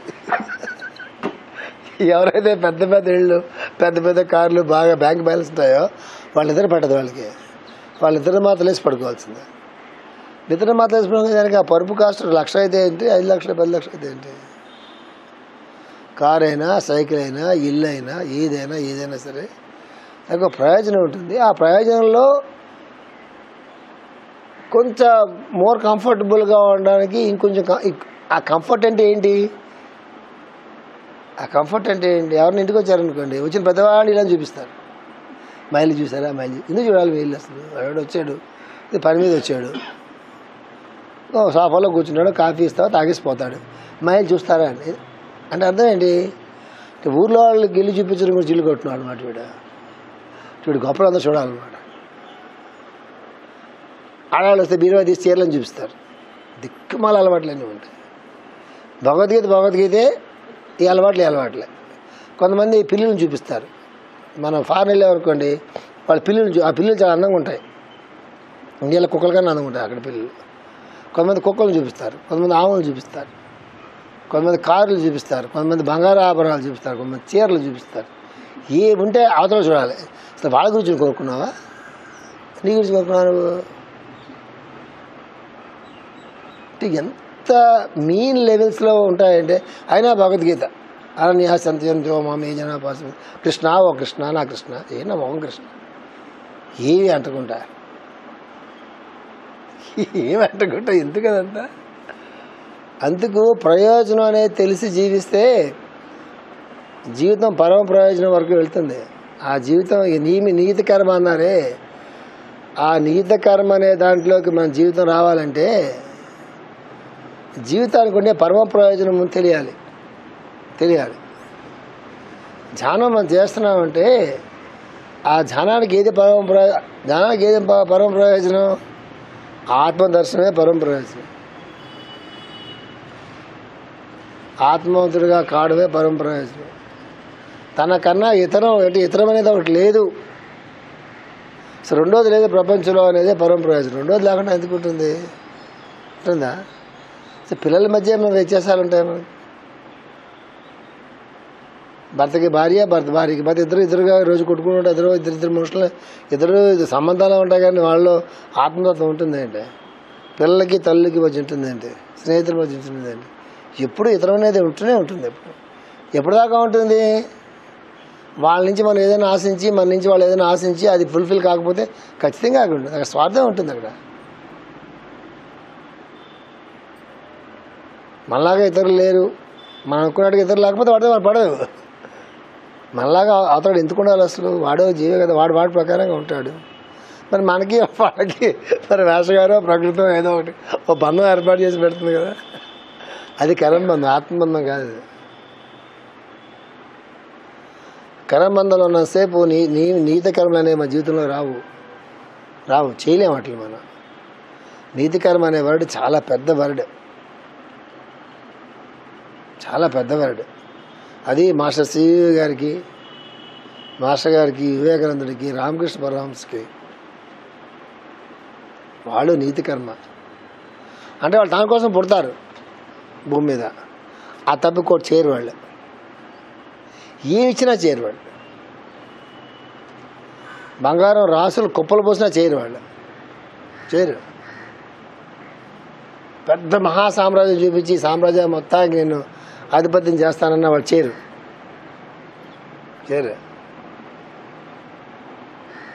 పెద్ద బెంచ్ కారు కావాలా, మీరు చాలా తిరుగుతున్నారు కదా, ఇస్తా అంటే అక్కర్లేదు, నాకు అంబాసిడర్ గారు చాలే, స్కూటర్ చాలే, జర్నీ చేయడానికే కదా.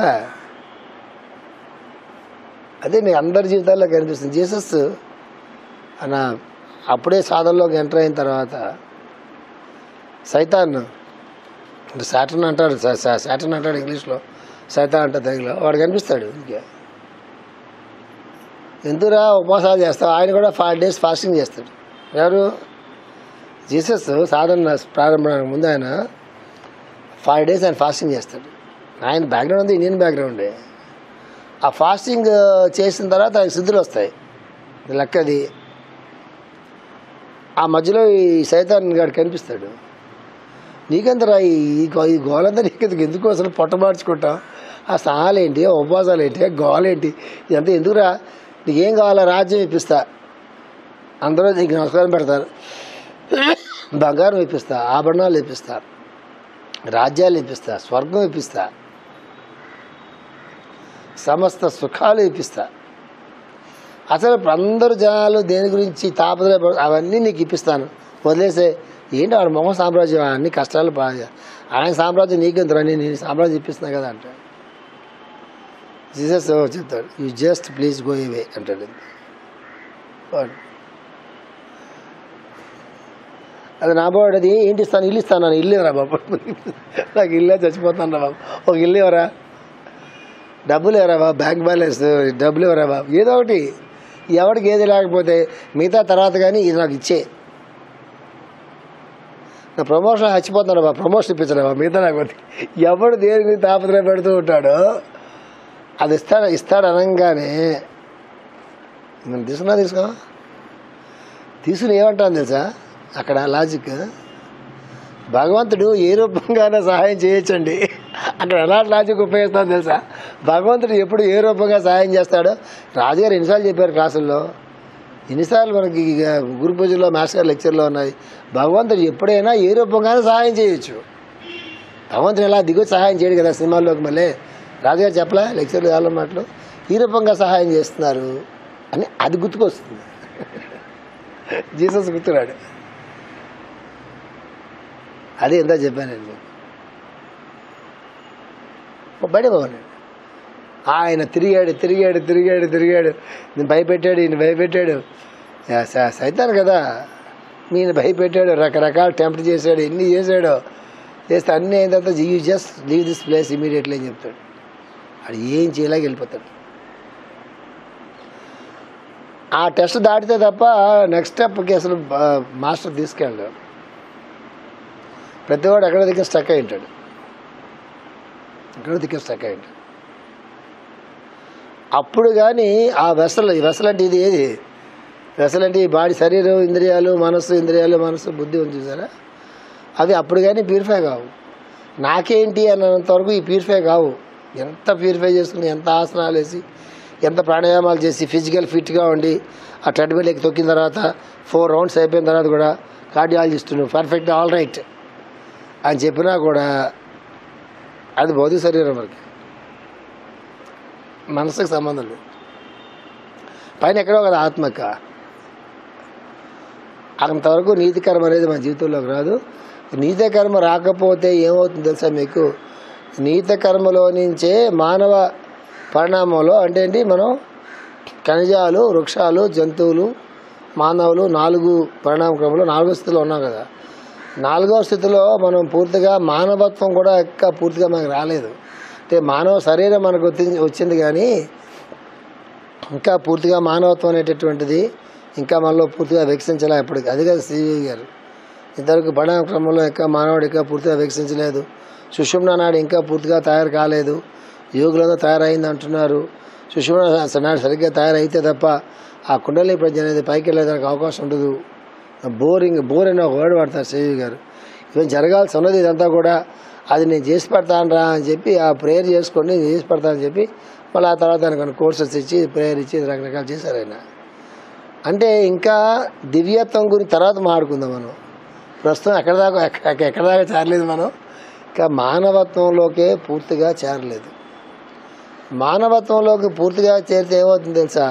ఇక్కడ కూర్చుని నాకు ఆకలి వేస్తూ ఉంటే అక్కడ మీకు ఆకలి వేస్తుంది. బ్రేస్తుందంటే అయితే ఎక్కడ ఎవరో బాధపడుతూ ఉంటే మనకు చాలా బాధ అనిపిస్తుంటుంది, తెలుస్తుంది. ఎక్కడ ఎవరో బాధపడుతున్నారని తెలుస్తుంది.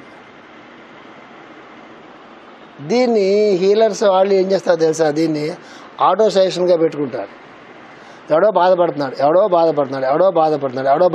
అంటే ఖచ్చితంగా బాధపడుతున్నట్టుగా అనిపిస్తుంది. ఎవరైతే వాళ్ళు బాగా క్లోజ్గా ఉంటారో పాపం వాళ్ళు బాధపడుతున్నారేమో అనిపిస్తుంది. ఇవన్నీ బ్యారియర్స్.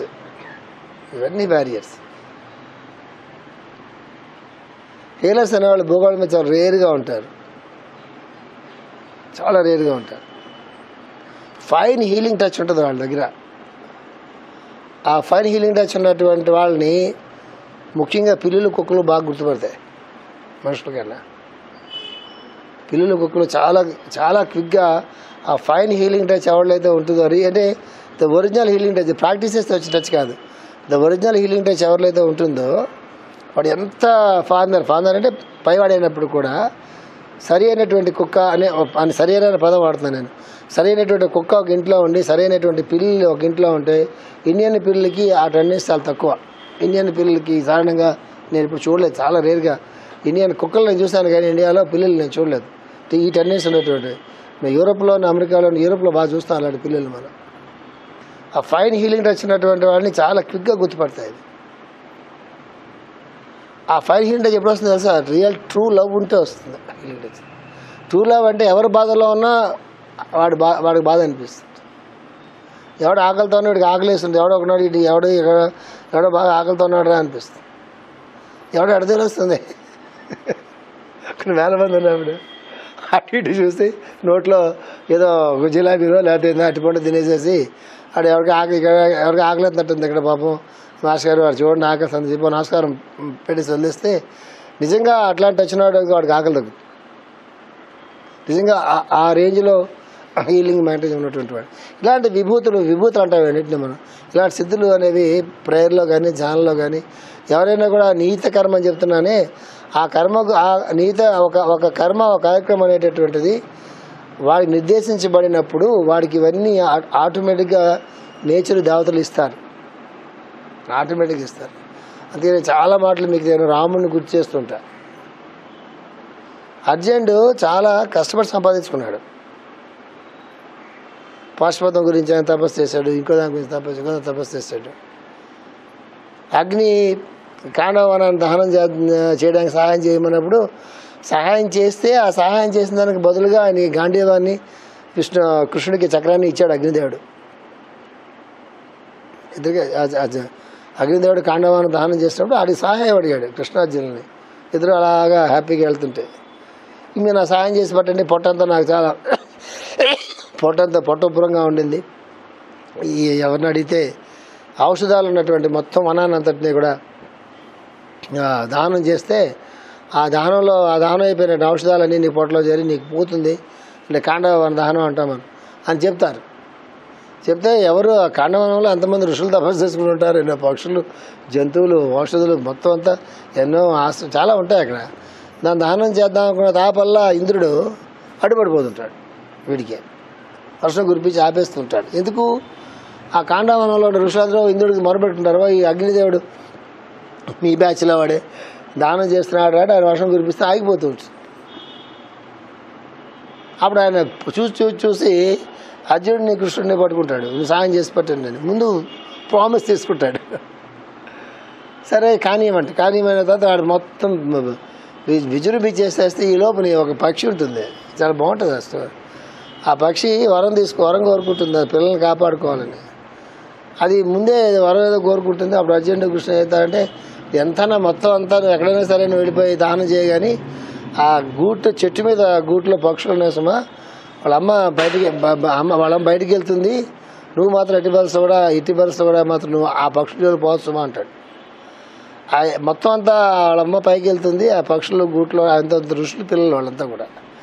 ఆ పక్షులే వాళ్ళ తల్లి పక్షి బయటికి వెళ్తుంది, కాండవనం మొత్తం దహనం అయిపోతుంది, కానీ ఆ పక్షి గూడు మాత్రం దహనం కాదు, చెట్టు అలా ఉంటాయి.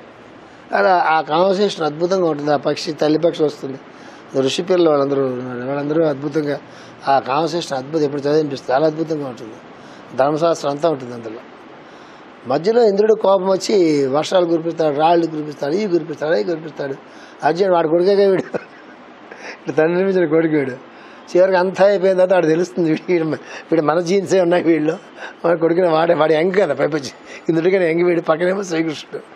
వాళ్ళని మనం ఎక్కడ ఓడిస్తామని చెప్పి ఇంద్రుడు కోపం పెట్టుకోకుండా కృష్ణార్జునుల మీద ఆయన శాంతపరుచుకుని కింద దిగి వచ్చి దండం పెట్టి బుద్ధి వచ్చింది నా ప్లేస్ వెనక్కి వెళ్ళిపోతాడు. అప్పుడు అగ్నిదేవుడు గాంధీవాన్ని ఇస్తాడు, అర్జునుడికి రథం ఇస్తాడు, కృష్ణుడికి చక్రం ఇస్తాడు. అది పట్టుని వీళ్ళు చల్లకపోతారు తర్వాత యుద్ధంలో. అది అట్లా అర్జునుడు చాలా శ్రమపడి కష్టపడి సంపాదించుకున్నాడు. పాశుపతం గురించి శివుడితో పోట్లాడాడు, రకరకాల ఇంద్రుడితో అక్కడ దాకా పోయాడు. అక్కడ దాకా పోతే ఇంద్రాస్త్రం వచ్చింది ఆయన దగ్గరికి. ఊరస ఎవరో వస్తుంది, డ్యాన్స్ చేస్తుంది, చేసేలాగా రమ్మ వెళ్ళిపోమ్మా, నువ్వు నాకు కుదరదు, నాకు నీకు కుదరలే, ఆవిడని వదిలించుకుంటాడు. రకరకాల పరీక్షలు పెట్టి ఆయనకి రకరకాల టెస్టులు పెట్టిన తర్వాత అప్పుడు ఆయనకి అస్త్రాలు అన్నీ వచ్చినాయి. రాముడికి నిద్రపోతున్న వాళ్ళు లేపి విశ్వామిత్రుడు ఆయన నానా బాధలు పడి నానా తపస్సులు చేసి ఫెయిల్ అయిపోయి మళ్ళా పాస్ అయ్యి మళ్ళీ ఫెయిల్ అయిపోయి మళ్ళా పాస్ అయ్యి కొన్ని వేల సంవత్సరాలు ఆయన తపస్సు చేసి అనేక శస్త్రాలు సంపాదించుకొని నిద్రపోతున్నటువంటి 16 సంవత్సరాలు 10 సంవత్సరాలు అంటే రాముడికి అప్పుడు ఆ నిద్రపోతున్న వాళ్ళు లేపి కౌసల్య సుప్రజారామ అని లేపి ఉత్తిష్టంత నరసార్థుల అని ఆయన లేపి అవన్నీ ఇలాగ దారిపో ఇచ్చేస్తారు. అది నీతికర్మ అంటే. ఆ కార్యక్రమం వాళ్ళతో పాటుగా ఉంటుంది, దాని గురించి వాళ్ళు భూమి మీదకి వస్తారు. అట్లాంటి జీవితం వచ్చేంత వరకు మానవ జీవితంలో దేవత నెక్స్ట్ మన ఎవల్యూషన్ ఏంటి, మనకి కంజాలు దాటిపోయాం, వృక్షాలు దాటిపోయాం,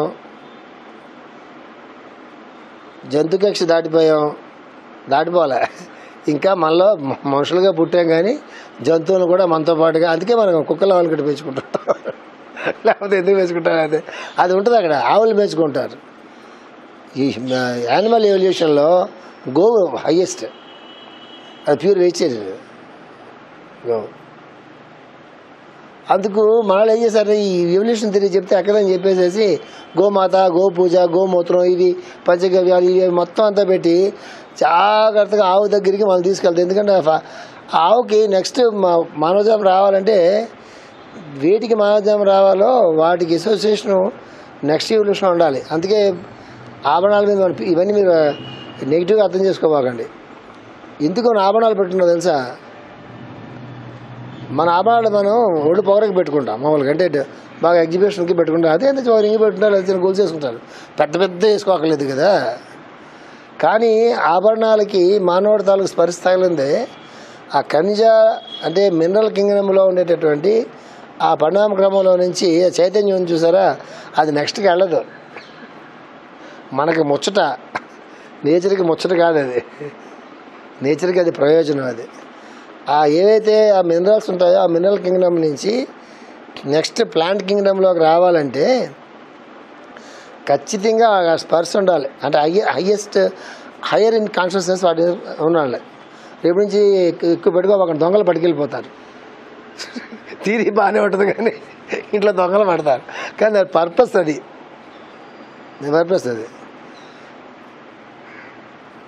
మనం దానికోసం చెయ్యం, అది వేరే విషయం. అది కానీ వృక్షాలు పని చేస్తాయి, వాటికి స్వార్థం ఉండదు కదా. వృక్షాలు దేని తిని బతుకుతాయి? మినరల్స్ తినే బతుకుతాయి. భూమిలో ఏ మినరల్స్ అయితే ఉంటాయో ఆ మినరల్సే వాటికి ఫుడ్, సన్లైట్ వాటికి ఫుడ్. అట్లాగా వృక్షాలు తనకన్నా కింద ఉన్నటువంటి ఎవల్యూషన్లో తనకన్నా కింద ఉన్నటువంటి ఆ మినరల్ కింగ్డమ్లో ఉండే జీవులకి లిఫ్ట్ ఇస్తాయి. ఈ వృక్షాలను ఎవరు తింటారు? మనము తింటాము, జంతువులు తింటాయి. సో అట్లాగా వాటి లిఫ్ట్ వస్తుంది. చెట్లు ఇళ్ళలో పెంచుకోవడం, దానికి పూజ చేయడం కదా. చెట్లకి మనం ఆ పూజ దేవుడికి పెట్టడం అంటే ఫైన్. నేను ఇళ్ళల్లో ఉండే అన్నీ కూడా ఎవల్యూషన్లో కొంచెం అంటే ఏ చెట్టు తాలూకు ఆకులు కానీ పుష్పాలు కానీ మన దేవుడికి దేవుడికి మనం నివేదన చేస్తామో అవి ఆ చెట్టుల్లో ఫైన్ ఎవల్యూషన్ అనమాట. ఎవల్యూషన్లో టాప్గా ఉంటాయన్నమాట. అవి అంటే ready to the next evolution అనమాట. వాటినే మనం ఎక్కువ తీసుకుంటాం. తులసి కానీ లేకపోతే పువ్వులు మొక్కలు కానీ. అందుకే ఇళ్లలో పళ్ళు పూలు రెండు లేని మొక్కలు పెంచకూడదు అంటారు. ఈ అశోక చెట్లు గట్రా ఇళ్లలో పెంచకూడదు అంటే సాంప్రదాయం తెలిసిన వాళ్ళు. అయితే ఆ చెట్లకి ఔషధి లక్షణం ఉండాలా. ఔషధి లక్షణం ఉంటే ఖచ్చితంగా పూలు అయిపోస్తాయి. పూలైనా పూయాలా, కాయలైనా కాయాలి. ఆ మొక్కలను ఇళ్లలో పెంచాలా. పువ్వులు పూయినటువంటి వాటిని కానీ, కాయలు కాయనటువంటి వాటి కానీ, పళ్ళు అయినటువంటి కానీ, సువాసనలు లాంటివి కానీ వాటిని పెంచకూడదు ఇళ్లలో. అది శాస్త్రానికి విరుద్ధం, అది చేయకూడదు. ఎందువల్ల అంటే ఆ ఎక్సెస్ పడుకునే వాటి పట్టుకెళ్ళి మనం బాగుంది. ఫైనల్గా అదే కదా పరమ ప్రయోజనం. ఏదైనా సమర్పణానికి ఏతత్ ఫలం శ్రీకృష్ణార్పణం వస్తుంది. యజ్ఞం చేసినా ఏం చేద్దామను ఏతత్ ఫలం శ్రీకృష్ణార్పణం వస్తూ అంటాం. మన శివార్పణం వస్తూ అంటారు శైవులైతే, ఎవరైతేనేంటి. సో అది ఫైనల్ గోల్. ఇది ఎవడు ఏం చేసినా కూడా ఈ ఫలితం అంతా ఎవరికి అంటే శివుడికో కృష్ణుడికో లేకపోతే మరొక ఆయనకో అర్పణం వస్తూ అంటాం. అక్కడ ఉంటుంది మొత్తం సైన్స్ అంతా. ఆ వృక్షాలకి నెక్స్ట్ జంతు కక్ష వస్తుంది. ఆ జంతువుల్లో పుల్లు సింహాల దగ్గర నుంచి మొదలు పెట్టుకుని అన్నింటిలోకి చివరికి ఏదంటాము గోమాత అంటాం కదా, అక్కడ దాకా ఎవల్యూషన్ పట్టుకొస్తుంది. డార్విన్ సిద్ధాంతంలో లాగా కోతుల్లోంచి మనుషులు పుట్టిన సిద్ధాంతం కరెక్టే, కానీ స్పిరిచువల్ ఎవల్యూషన్ థియరీ వేరే ఉంటుంది. డార్విన్ ఎవల్యూషన్ థియరీ వేరేగా ఉంటుంది. డార్విన్ ప్రకారంగా అయితే కోతుల్లోంచి మనిషి పుడతాడు. మనం కూడా ఆ కోతిలాగా ఉంటాం కదా, మొక్కలు అవి కోతిలాగా, ఆ బుద్ధులు కూడా కోతిలాగా ఉంటాయి. అటు ఇటు గెంతులేసి ఇట్లా గెంతులేసి అలా గెంతులేసి అక్కలేని పనులు చేసి అని అది ఆ సిద్ధాంతం కూడా కరెక్టే. కానీ స్పిరిచువల్ థియరీ ఏం చెప్తుందంటే హైయెస్ట్ ఎవల్యూషన్లో యానిమల్ కింగ్డమ్ హైయెస్ట్ ఎవల్యూషన్లో ఏంటిది మనకి గోవు. దాన్ని అలా పెట్టారు వాడు, దాన్ని పెంచాలి, ఇది ఇచ్చేయాలి, అది చేయాలి, అది చేయాలి, చేయాలంటే ఆ పాలు చాలా మంచివి, ఆ పంచగవ్యాలు చాలా మంచివి. ఎందుకు పెట్టారంటే అక్కడి నుంచి నెక్స్ట్ ఎవల్యూషన్లోకి వస్తుంది, నెక్స్ట్ మానవ జన్మ వస్తుంది. ఈ మానవ జన్మలో పాత ఇక్కడి నుంచి వచ్చాడు కదా వీడు, బందర్ నుంచి వెళ్ళాడు అనుకోండి అమెరికాకి. ఇప్పుడు బందర్ వాసన వస్తుంది అమెరికాలో, అమెరికా వాసన వస్తుంది, బందర్ వాసన వస్తుంది. ఆ బందర్ లడ్డు, బందర్ హల్వా, ఆ బందర్లో ఉండేదాన్ని ఏమంటారు అది, ఆ రోల్డ్ గోల్డ్ నగలు. బందర్ నుంచి వెళ్ళినట్టు అమెరికాకి వెళ్ళినా స్వర్గానికి వెళ్ళినా ఈ బందర్ కంపు తప్పిస్తే లండన్ కంపు పట్టుకెళ్తానే నేను అడిగాను, పట్టుకెళ్ళాడు కదా. సో మానవ జన్మలోకి వచ్చినా కూడా మనలో గొర్రె ఉంటుంది, మనలో కుక్క ఉంటుంది, మనలో పంది ఉంటుంది, మనలో ఒక తోడేలు ఉంటుంది, మనలో ఎలుగుబంటి ఉంటుంది, మనలో సింహం ఉంటుంది, మనలో పులి ఉంటుంది. సాధు స్వభావాలలో మాత్రం వాళ్ళలో ఏముంటుంది? గో ఉంటుంది. ఇంత గో అంతా దేవతలు ఉంటారంటారు కదా. అది చెప్తే అసలు ఆ పర్పస్ వదిలేసి ఆ గోళ్ళంతా బొట్లు పెడతారు. అది చూడడానికి పుల్లాగా ఉంటారు. బొట్లు ఊళ్ళంతా బొట్లు పెడితే అది చక్కగా హాయిగా ఉండేది. చక్కగా అయితే అలాగానో ఏదో రంగులో ఊళ్ళంతా బొట్లు పెడితే పుణ్యం వస్తుంది. అది దానికి అటుపల్లి పెడతారు. దానికి అటుపల్లి ఆవులకు పడవు. వాడికి పచ్చగడ్డి దానం అవి పడతాయి. అటుపల్లి పెడితే శుభ్రంగా ఫోటో ఫైల్ ఏమో నక్సోమకి వేయాల్సిన పొజిషన్ ఉంటుంది. అటు తర్వాత ఏం చేస్తుంది? అది ఎవల్యూషన్. అది అంచేత 2 కాళ్ళు పశువు అంటారు మనిషిని. యానిమలే కానీ వీడికి ఆడికి 4 కాళ్ళు, వీడికి 2 కాళ్ళు. వాటికి వెన్నుముక హార్జెంటల్గా ఉంటుంది భూమికి, దేనికి? పశువులకి. మనకి వెన్నుముక వెర్టికల్గా. తేడా అంటే మా జంతువులకి వెన్నుముక ఇలా ఉంటుంది, వెర్టికల్గా ఉంటుంది. సూర్యుడికి అభిముఖంగా ఉంటుంది, సూర్యుడికి పక్క ఉంటుంది మనది వెన్నుముక. అది తేడా ఎవల్యూషన్లో. నెక్స్ట్ ఎవల్యూషన్ మనకేంటి? దేవతలు. అందుకే పూజలు పెట్టారు. నెక్స్ట్ ఎవల్యూషన్ ఏంటి? మనకి దేవతలు. అందుకే మనం తెలియక మన భగవంతుడి ఆత్మతో యోగంలో ఆత్మ గురించి మాట్లాడతారు తప్ప భక్తిలో ఆత్మ గురించి ఎందుకు మాట్లాడరు? వాడికి అక్కర్లే ఆత్మ గురించి. వాడు ఎంతసేపు దేవతలను పూజించడం, దేవతలను ప్రార్థించడం, దేవతలను కోరికలు కోరుకోవటం, దేవతలకు బొట్లు పెట్టడం, దేవతలు ఫోటోలు పెట్టుకోవడం, ఇదంతా ఎందుకంటే నెక్స్ట్ ఎవల్యూషన్ దేవతలదే కదా. యోగి అనేటువంటి వాడికి దేవతలతో పూజలు వాడి సంబంధం ఉండదు. వాడు దేవతలతో కలిసి పనిచేయడం ఉంటుంది. అందుకే రామాయణం చదువుకుంటే మీకు దశరథుడు కూడా, మీ ఎవరైనా చదువుకోండి, రామాయణం కూడా చదువుకోండి, ఇంద్రుడు ఎప్పుడైనా ప్రాబ్లంలో పడితే, ఇంద్రుడు ప్రాబ్లంలో పడితే ఆయన ఎవరి సహాయం అడుగుతాడు తెలుసా? దశరథ మహారాజుది, అర్జునుడిది, ఇంకొక సహాయం అడుగుతాడు. రఘు మహారాజుది, వాళ్ళ సహాయాలు అడుగుతాడు. సూర్యవంశరాజు ఎవరైతే ఉన్నారో వాళ్ళ సహాయం. సూర్యవంశరాజులు అర్థం ఏంటి తెలుసా? సూర్యకిరణాల్లో నుంచి వచ్చినటువంటి వెలుగులని అర్థం అది. ఇంద్రుడు వాళ్ళ సహాయం అడుగుతాడు. వీళ్ళు ఇక్కడి నుంచి బయలుదేరి వెళ్ళి, ఎక్కడి నుంచి భూగోళం నుంచి బయలుదేరి వెళ్ళి ఆయన టికెట్ కొని పంపించిన రథం ఉంటుంది. ఆ రథం ఎక్కి ఇక్కడి నుంచి భూలోకంలో నుంచి వాళ్ళు స్వర్గం దాకా పోయి అక్కడ ఏ రాక్షసులు అయితే ఇంద్రుడితో పోట్లాడి వాడిని చావు కొడుతున్నారో వాళ్ళతో భూమి నుంచి వెళ్ళినటువంటి రాజులు ఎవరైతే ఉన్నారో దశరథుడు కానీ రఘుమహారాజు కానీ వాళ్ళు యుద్ధాలు చేసి వాళ్ళని జయించి స్వర్గం మన ఇంద్రుడికి అప్పగించి ఆయన ఇచ్చిన సత్కారాలను కూడా తీసుకుని, ఆయన ఇచ్చిన బ్లెస్సింగ్స్ కూడా తీసుకుని, ఆయన ఇచ్చిన ఆయుధాలన్నీ కూడా తీసుకుని మళ్ళీ భూమి మీదకి వస్తారు. ఇది యోగంలోనే సాధ్యం అవుతుంది. ఇది యోగంలోనే సాధ్యం అవుతుంది. అంటే ఏంటి? నెక్స్ట్ అంటే భక్తి ఒకటి, యోగం ఒకటి. భక్తి అంటే మనం అనుకునే భక్తి. పూజలు చేయడం, యజ్ఞాలు చేయడం, దేవతలను ప్రీతి చెందించడం, ఇవన్నీ కూడా నెక్స్ట్ ఎవల్యూషన్. అది మన ప్రయోజనం. ఇక్కడ నెక్స్ట్ ఎవల్యూషన్ కాదు మన ప్రయోజనం. మన ప్రయోజనం ఏంటి? లక్ష్మీదేవిని ప్రార్థిస్తే డబ్బులు వస్తాయి, సరస్వతీదేవిని ప్రార్థిస్తే చదువు వస్తుంది, దత్తాదేవిని ప్రార్థిస్తే ఇంకేదో వస్తుంది, గణపతిని ప్రార్థిస్తే మనకేమో జీవితంలో ఉండేటువంటి ఆ విఘ్నాలు తొలగిపోతాయి. అంటే ఇక్కడ ప్రయోజనే మన స్వార్థ ప్రయోజనే, మన వ్యక్తిగత ప్రయోజనం. అక్కడ ఎవల్యూషన్ లేదు, పరమ ప్రయోజనం లేదు అక్కడ. అది తేడా దాగి. ఈ నీత కర్మ అనే పదం వాడారే మాస్టర్ గారు, వాడికి ఒక వర్క్ అసైన్ చేయబడుతున్నప్పుడు వాడు ఏం చేస్తాడు తెలుసా? నెక్స్ట్ ఎవల్యూషన్ దేనికైతే వెళ్ళాల్సి ఉందో ఆల్రెడీ వాడు భూమి మీద ఉంటూనే ఇక్కడ వాడి తాలూకు ప్రోగ్రామ్ అంతా ఉంటుంది. అదే కదా మెసేజ్ చెప్పింది. అదే ఈ ప్రోగ్రామ్ అంతా ఏంటిది? ఆకలి తప్పులు ఉండవా, తారాపుత్రాలు ఉండరా, తత్కారణంగా దండాన్యాదులు స్థిరజరాశులు రాజ్యం ఉండదా, అన్నవస్త్రములు గృహక్షేత్రాలు అక్కర్లేదని కానీ కావాలని కానీ వానికి లేదు. వానిచే నీతి కర్మలో కర్తవ్య రూపంలో ఆచరింపబడుచుండును. వాడికి అన్నీ ఉంటాయి, వాడికి మళ్ళాగా బాధలు ఉంటాయి, వాడికి మళ్ళాగా అనారోగ్యాలు ఉంటాయి. ఎందుకు ఉండవు? శరీరం వస్తే ఉండదు, అనారోగ్యం ఉండదా? అనారోగ్యం లేకుండా ఎవడుంటాడు? ఎవడుంటాడు? శరీరం వస్తే కొంతకాలానికి సెల్స్ చచ్చిపోయి మళ్ళీ పుట్టవు. అనారోగ్యం అంటే అర్థం ఏంటి? సెల్స్ అలా ఎంగేజ్లో ఉంటే ఆ సెల్స్ అలాగా పోతుంటాయి, కొన్ని లక్షలు పోతుంటాయి, కొన్ని లక్షలు పుడుతూ ఉంటాయి. పోయిన ఎలా పుడుతూ ఉంటే బ్యాలెన్స్ మెయింటైన్ అవుతుంటుంది. వయసు భయపడుతున్న కొద్ది చచ్చిపోయి ఎక్కువ, తిరిగి పుట్టేది తక్కువ, గ్రాడ్యువల్గా డికే వస్తుంది, శరీరం రాలిపోతుంది. అంతే కదా. అచేత ఎవరికి బాధలు ఉండవు వీళ్ళకి. చెప్తారు అట్లా.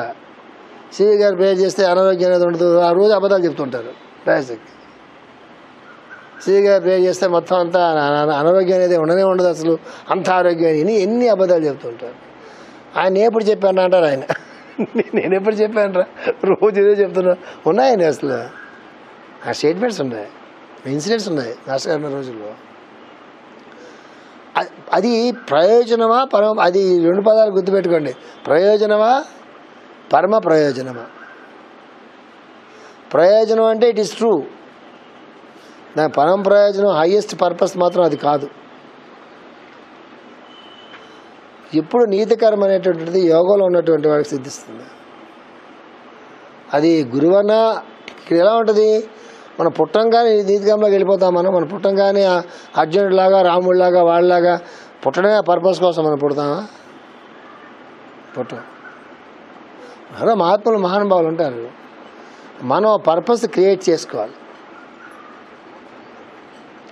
జీవితంలో చలించినటువంటి మా జీవితంలో ఎక్కడ కూడా మనసు అనేటటువంటిది పక్కకి పోకుండా ఏదన్నా ఒక దాన్ని మనం పెట్టుకున్నప్పుడు దాని నుంచి అసలు ఏ రకమైనటువంటి ఆ డీవియేషన్స్ లేకుండా అదే దాని మీద ఖచ్చితంగా చేయగలటువంటి కార్యక్రమం పెట్టుకోవాలి. అది చిన్నదని ఇంతనా అవ్వచ్చు, ఎంత పెద్ద పెద్ద కార్యక్రమాలు మనం పెట్టుకుని చేయలేము, మనం చిన్నదైనా కావచ్చు. అక్కడ ప్రయోజనం పరమ ప్రయోజనమే తప్ప మన ప్రయోజనం ఉండదు. అక్కడి నుంచి మనం రావాల్సిందే ఉండకూడదు. ఏదో నా తృప్తి కోసం చేసుకుంటున్నాను అనే పదం కూడా అక్కడ ఉండదు. తృప్తి కోసం చేసుకోండి, వెళ్ళిపోవాలి. తృప్తి బార్లోకి వెళ్ళి 2 బుడిలు కొట్టు బాగుంటుంది. నా తృప్తి కోసం చేసుకుంటున్నానండి ఉండదు. అక్కడ పని చేయడం పని కోసం ఉంటుంది అంతే. ఆ పని చేస్తే ఏ ఉపయోగం ఉంటుందో ఆ పని చేస్తే మనకు కాదు, పక్కవాడికి దాని గురించి పనిచేయడం ఉంటుంది తప్ప మన తృప్తి కోసం పనిచేయడం ఉండదు. ఏదో మంచి పని కదా అని పనిచేయడం, అది అక్కడే సిలబస్ ఏమి ఉండదు. పని గురించే అంతే. పని గురించి నాకు సిలబస్ ఉండదు, అది చెప్తున్నారు. సో అక్కడ వాడు దేవతలతో అక్కడ అది అరవింద్ మాస్టర్ చెప్తారు, ఏదో ఒక మంచి రోజు వస్తుంది, ఆ మంచి రోజు భూగోళానికి వస్తుంది, మానవ జాతికి వస్తుంది. దేవతలు మానవులు కలిసి చేతిలో చెయ్యి వేసుకుని నడుచుకుంటూ పనులు చేసుకునేటటువంటి ఒక రోజు వస్తుంది సుమా అని చెప్తారు అరవింద్ మహర్షి.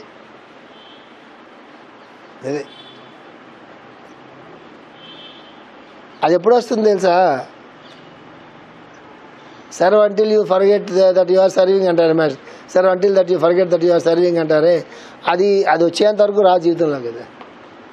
నేను సేవ చేస్తున్నానని చెప్పి మర్చిపోయి సేవ చేస్తున్నాననేది గుర్తు లేకుండా సేవ చేయటం మాత్రమే జీవితంలో ఉన్నప్పుడు వాడికి ఆ నెక్స్ట్ స్టేజ్కి దగ్గర ఉన్నట్లు అక్కాడు. అందులో కూడా మా గ్లామర్ ఉంటుంది, నాకేం ఉండదండి, అయిపోయాడు. నాకు అసలు ఇది చేస్తున్నాను కానండి, ఇది చేస్తున్నాను చేయాలని అంతే, నాకేం చేస్తున్నాను కానీ అది ఉండదు అంటే ఉన్నట్టే. ఎందుకు చెప్పా అసలు, ఎందుకు మాట్లాడా? నోరు మూసుకుని పని చేయరా అంటే వాళ్ళ నేను పని చేస్తున్నాను కానండి నాకు అసలు ఏం ఉండమండి. అసలు ఎవడు అడిగాడు నిన్ను? ఎవడు మాకులేదని చెప్పి చెప్తున్నా అంటే. అందుకే మేషాలు ఏం చెప్పారు అక్కడ, ఇందాక ఎక్కడ చెప్పారు మీకు, వెనక్కి పోవాలి మనం, ఎక్కడో ఉంటుంది అది, ఎక్కడ ఉందో అది.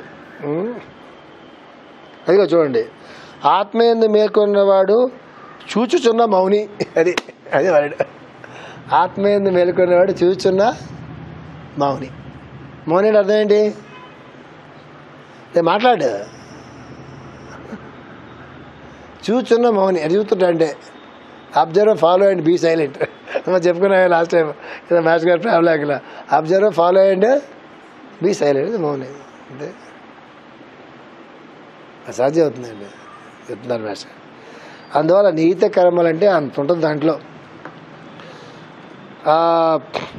వానిచే నీతి కర్మలు కర్తవ్య రూపమును ఆచరింపబడుచును, వాని ఫలితములను గురించి సంకల్పం మనకి లేదు, కానీ ప్రతి కర్మకును ఒక ఫలితం ఉండదు. చూడండి 2 సెంటెన్స్ చూడండి ఎంత కాంట్రాస్ట్గా ఉంటాయో.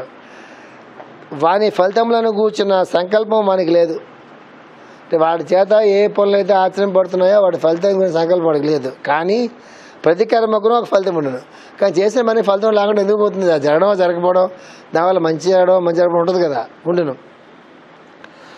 అతడు ఆచరించు కర్మలకు ఫలితములుండును, అవి అతడు కోరినవి కావు, వాని యంత్ర అవియే సిద్ధించును. వీడి ద్వారా సత్కర్మ అనేది జరుగుతూ ఉన్నప్పుడు 10 మందికి మేలు జరుగుతున్నప్పుడు దాని ఫలితం తప్పనిసరిగా వస్తుంది, రాకుండా మాత్రం ఉండదు. రూల్ కాదు, అది సైన్స్, అది ఉండదు. కానీ అవి అతడు కోరినవి కావు, వాని అంతటా అవియే సిద్ధించుచుండును. ఫలాపేక్ష లేకుండాచే అతని మనసు దుష్కర్మల వైపునకు ప్రేరేపణ చెందు కారణములు నశించును. ఫలాపేక్ష ఎందుకు ఇదంతా సైన్స్ లాంటిది యాక్చువల్ చెప్పాలంటే. ఇది నిజంగా మనం ఏదైనా ఒక మేనేజ్మెంట్ కోర్సుగా తయారు చేస్తే అద్భుతంగా ఉంటుంది అసలు. చూడండి, ఫలాపేక్ష లేకుండాచే అంటే ఏంటి? నేను ఈ పని చేస్తున్నాను అని, దీనివల్ల నాకు ఫలితం వస్తుంది, దీనివల్ల పుణ్యం వస్తుంది, దీనివల్ల ఏదో 10 మంది మంచి జరుగుతుంది, ఇట్లాంటివి ఏమీ లేకుండా ఫలాపేక్ష లేకుండా అతని మనస్సు దుష్కర్మల వైపునకు ప్రేరేపణ చెందు కారణములు నశించును. అది దుష్కర్మల వైపు ప్రేరేపించడానికి ఉండే కారణాలు ఉంటాయి కదా, అది అంటే రూట్లో పోవాలి. నిజమైన కాకపోయినా హోమియోపతి సిద్ధాంతం మనం చెప్తాం కదా, మనం we give the medicines not to the disease but to the patient అంటాం.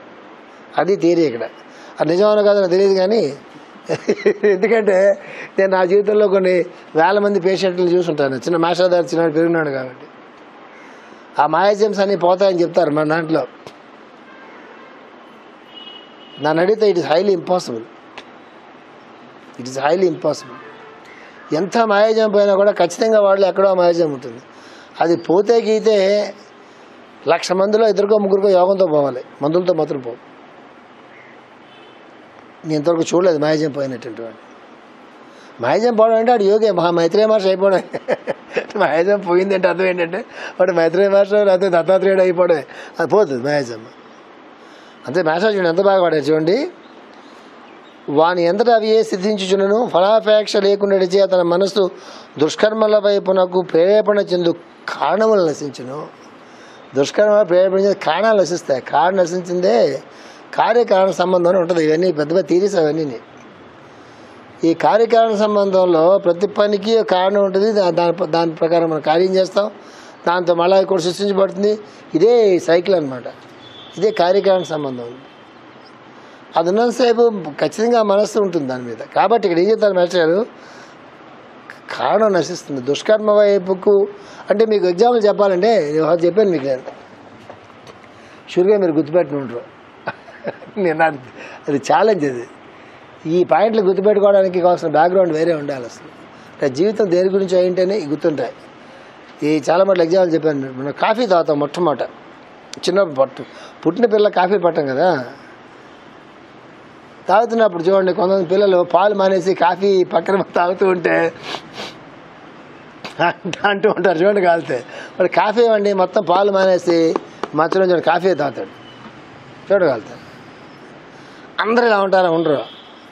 1,00,000 మందిలో 2-3 ఉంటారు. అసలైన బ్రాహ్మణత్వం. బ్రాహ్మణత్వం అంటే బ్రాహ్మణ పిల్లలని చెప్పట్లేదు. అంటే బ్రాహ్మణ అంటే అసలు సాత్విక లక్షణం ఉంటాడు. ఎవరైనా పుడితే వాడు మనట్లో ఎందుకు పుడతాడు? అది పెద్ద క్వశ్చన్ వారు కదా. మనట్లో ఎందుకు పుట్టడు కాబట్టి వాడి బిహేవియర్ మనకు తెలియదు. ఖచ్చితంగా మన ఇంట్లో పుట్టడు అంటే మన మందల జీన్స్ లేవు కాబట్టి. మనం బాగా కాఫీ తాగుతూ మన ఇంట్లో కాఫీ కూడా వాసన కూడా తగినట్టు పుట్టాడని చెప్పి అంటే దాన్ని మించిన మోసం ప్రపంచంలో ఒకటి ఉండదు. అందరూ పిల్లలు చూడండి, పిల్లలు పుట్టంగానే అందరూ ఫోన్ చేసి మా అబ్బాయి సంథింగ్ స్పెషల్ అని అందరూ చెప్తుంటారు. మా స్కూల్లో బాగా తెలుస్తుంటుంది. తాతలో మామూలు ఉంటే మా మనవాడి సంథింగ్ స్పెషల్ అని చెప్తుంటారు. అందరూ చెప్తుంటారు. విని బోరుగట్టి మనం వేరే వస్తుంది, మనం చెప్పకూడదు తెలుస్తున్నప్పుడు. అందరూ చెప్తుంటాయి విని మనం చెప్తున్నప్పుడు కూడా వాళ్ళు ఇలాగే ఏడ్చాలనుకుంటారు, చెప్పకపోతే బెటరా అని అప్పుడు వేరేకి వస్తుంది. దిక్కు వాళ్ళ జీవితాలు ఇంత వరస్ట్ సైకాలజీతో మైండ్ సెట్తో ఉండి భగవద్గీత అంటేసినట్టే, సివి గారు అంటేసినట్టే, మాస్టర్ గారు అంటేసినట్టే ఎన్ని కోతలు కోతుంటాం అని. అసలు చాలా మీన్ లెవెల్స్లో ఉంటుంది మన లైఫ్. అప్పుడు అలాంటిది ఉంటుంది. ఒకటే అప్పుడు ఉంటుంది. ఇంట్లో ఇంట్లో 3 పిల్లలు ఉంటారు. ఎవరి ముందు తీసుకోవాలని అనిపిస్తుంది. చిన్న ఎగ్జాంపుల్ చెప్తున్నాను మీకు. మీ అది అప్పుడే ఇష్టం అండి. ఒకే అప్పుడే ఉంది. బుద్ధిగా చేర్సాకం తీసుకుందామని ఎవరన్నా ప్లాన్ చేస్తాడు. ఎవరి ముందు దొరికితే నాకు ఉంచలేదా అన్నంత నికృష్టమైన జీవితంలో. అప్పడం అడిగిన రిజల్ట్ చెప్తున్నాను. అంత నికృష్టమైన జీవితంలో చాలా మీన్ లెవెల్స్లో జీవితం పెట్టుకొని అక్కడి నుంచి ముందుకు పోతే ఎంత వరస్ట్ మైండ్ సెట్ ఉంటుందో అందులో భాగవతం ఎక్కుద్దండి, వైరాగ్యం ఎక్కుద్దండి, అందులో ఎక్కుతుందా? అసలు మన దాకా టెస్టింగ్ అనేది వస్తుందా జీవితంలో? ఎవరన్నా మనం టెస్ట్ చేస్తాడు అసలు? మనం టెస్ట్ చేస్తే కదా మీరేంటంటే బయటపడేది. ఎవడ కావాలి మనం టెస్ట్ చేయడానికి? ఎవడ మనం రిక్రూట్ చేసుకోబోతున్నాడు ఆయన సామ్రాజ్యంలోకి? ఎవడ మనం రిక్రూట్ చేసుకుందంటే కదా మీకు టెస్ట్ పెట్టేది. అందువల్ల ఆ కారణం నశించాలి. అలా కారణం ఎలా పుడుతుంది తెలుసా? అది చెప్పడం కూడా చెప్తున్నాను మీకు. ది ఫస్ట్ స్టెప్ ఉంటుంది కదా, అదే లాస్ట్ స్టెప్. మొట్టమొదటిసారి నాన్ వెజిటేరియన్ ఫుడ్ కానీ మసాలాలు కానీ ఏదైనా అనుకోండి, చిన్న చిన్న ఎగ్జామ్స్ చెప్తున్నాను మీకు, పెద్ద పెద్ద ఎగ్జామ్స్ మనకు తెలియవు. అప్పడాలు కానీ వడియాలు కానీ కాఫీ కానీ ఎనీ డ్యామ్ థింగ్ మొట్టమొదటిసారి ఎప్పుడైతే మనం ఇష్టపడి తింటాం కదా, తిన్న తర్వాత అది నాన్ వెజ్ ఫుడ్ అయితే 48 hours 70 hours ఉంటుంది పొట్టలో. అంటే అంతసేపు ఆ జంతువులను మనం భరిస్తాం పొట్టలో. ఏ జంతువుని మనం తింటామో అది దాని తాలూకు ఆక్రందనలు, దాని తాలూకు వాసనలు, దాని లక్షణాలు అని మన పొట్టలో 72 hours ఉంటాయి.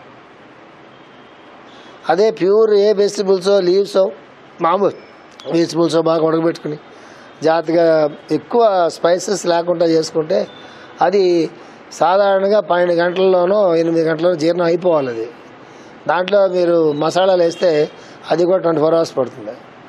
అదే కదా పొలతేములు వస్తుంటాయి. ఎందుకంటే అక్కడి నుంచి వచ్చినాయంటే అర్థమైంది. ఎవరికి తేనె పూసిన అర్థమైంది అంటే వాడు తిన్నది ఆ గాడి తిన్నది అరగలేదు అని అర్థం. ఇక లెక్క ఉంటుంది.